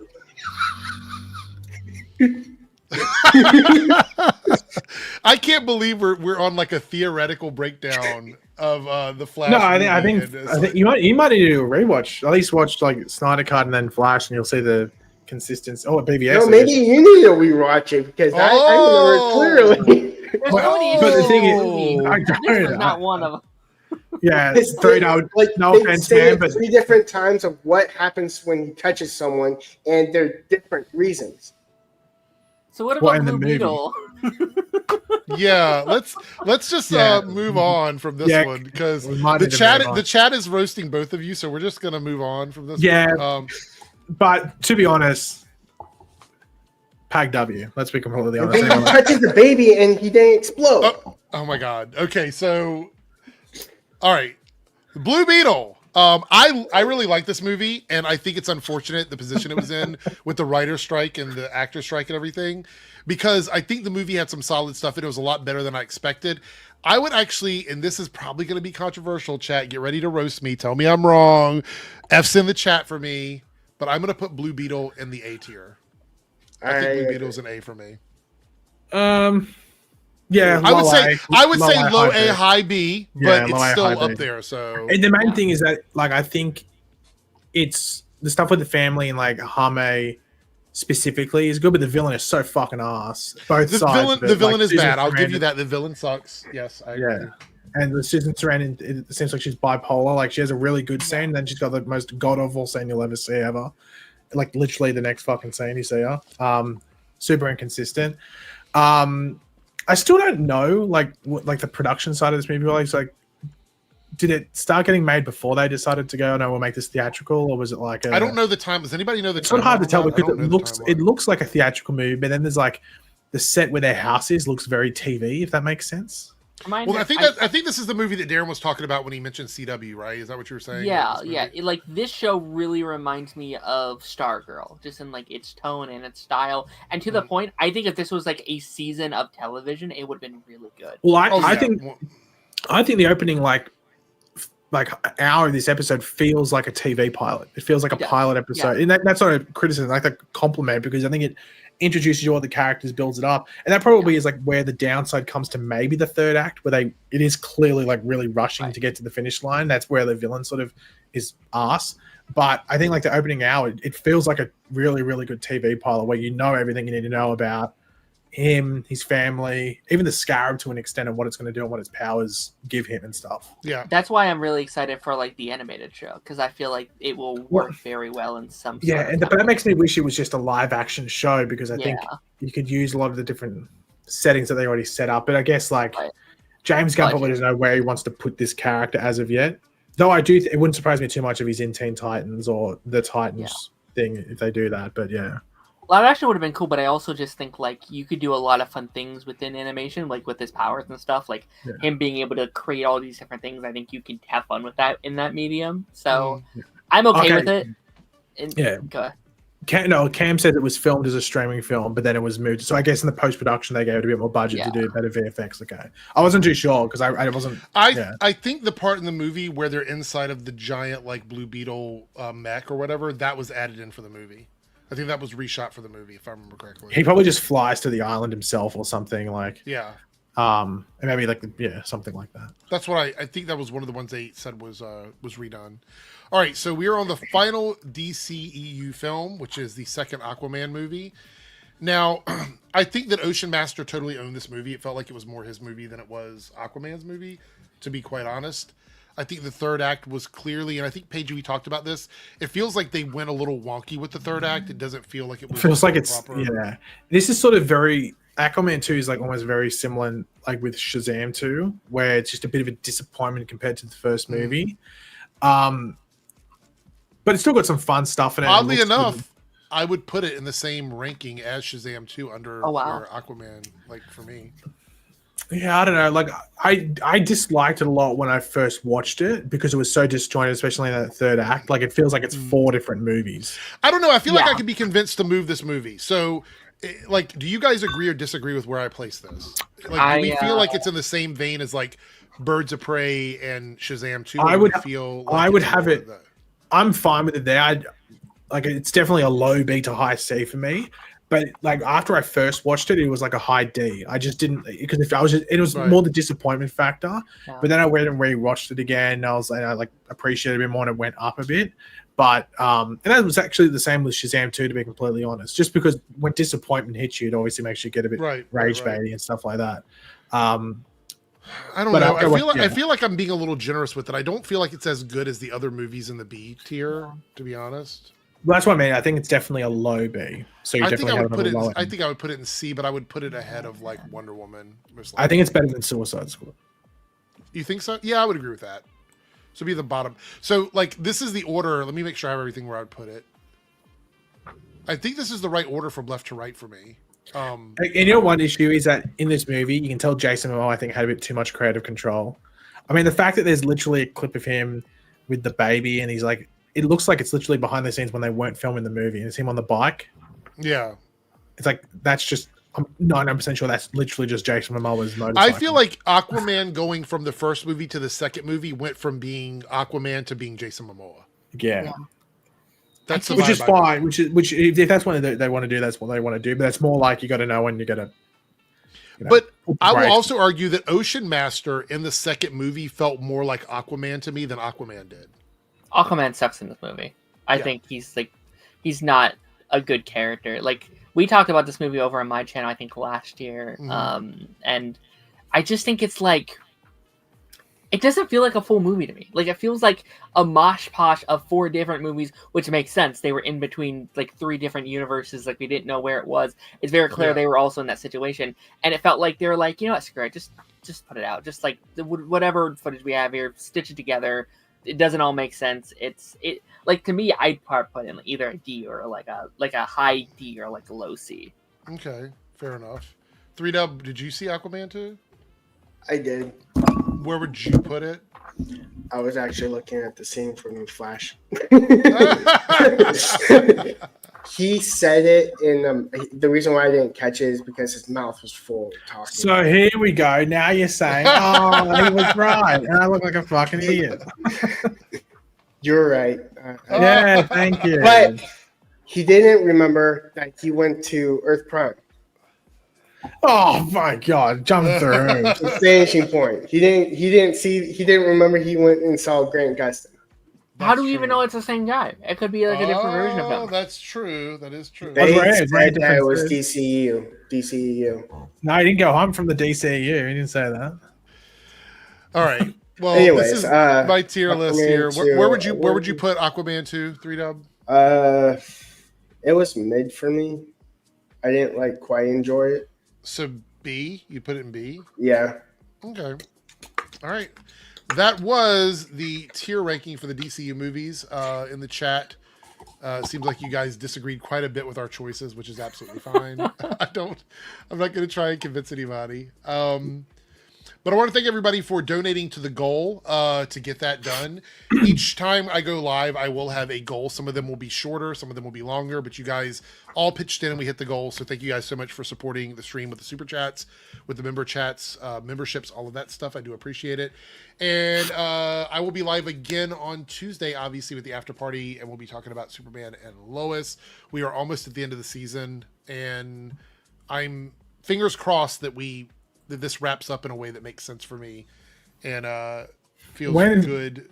So when are we getting the car review? Are you reviewing that DC car show? I'm not doing that. Oh, I thought you were. I think I would do that. The car show. What is it called? I don't even know what it's called. DC Cars or something? Is that what it's called? That sounds like it might be a bit of plagiarism there from I don't think that's what it's called, honestly. DC with wheels. Oh, is it wheels? Is it DC Wheels or something? I don't Wheels-orama? Wheels-orama. I don't know what it is, but I'm not watching it anyway. Why am I even having this conversation? I'm not going to watch it, so it doesn't matter. Well, no, because there's rumors that you're going to do a rant review on the car. No, I was not going to do it. Anyway, so we will see everyone on Tuesday. You come out and watch my show. So is it Bat Wheels? I think it is Bat Wheels, yeah. We go live for the after party, and then when we wrap up, it is Party Nation, and then when they wrap up, I believe Darren streams. Yeah. So literally, it's like 6 hours of content from us. We all clash on there. Yeah. So D23 is tomorrow, and here's the deal: if there's some really big stuff that comes out, I might do a live stream over the weekend. It is possible you get another stream from me over the weekend, but I don't know for sure. But I will drop the link in the green room if anybody wants to jump on, depending on what kind of news we get. But if I do that, it'll probably be a Sunday afternoon. So don't look for me on a Saturday. It'll be a Sunday afternoon. And I'll be hypothetically stoned next week too. Oh, hypothetically. Well, hypothetically, we can watch the 3 movies that you're referencing before. Anyway, we're out of here. We'll see everyone next time. Thank you, Darren. Thank you, 3Dub. Thank you, Paigey. And we will see everyone on the next stream. Bye. When?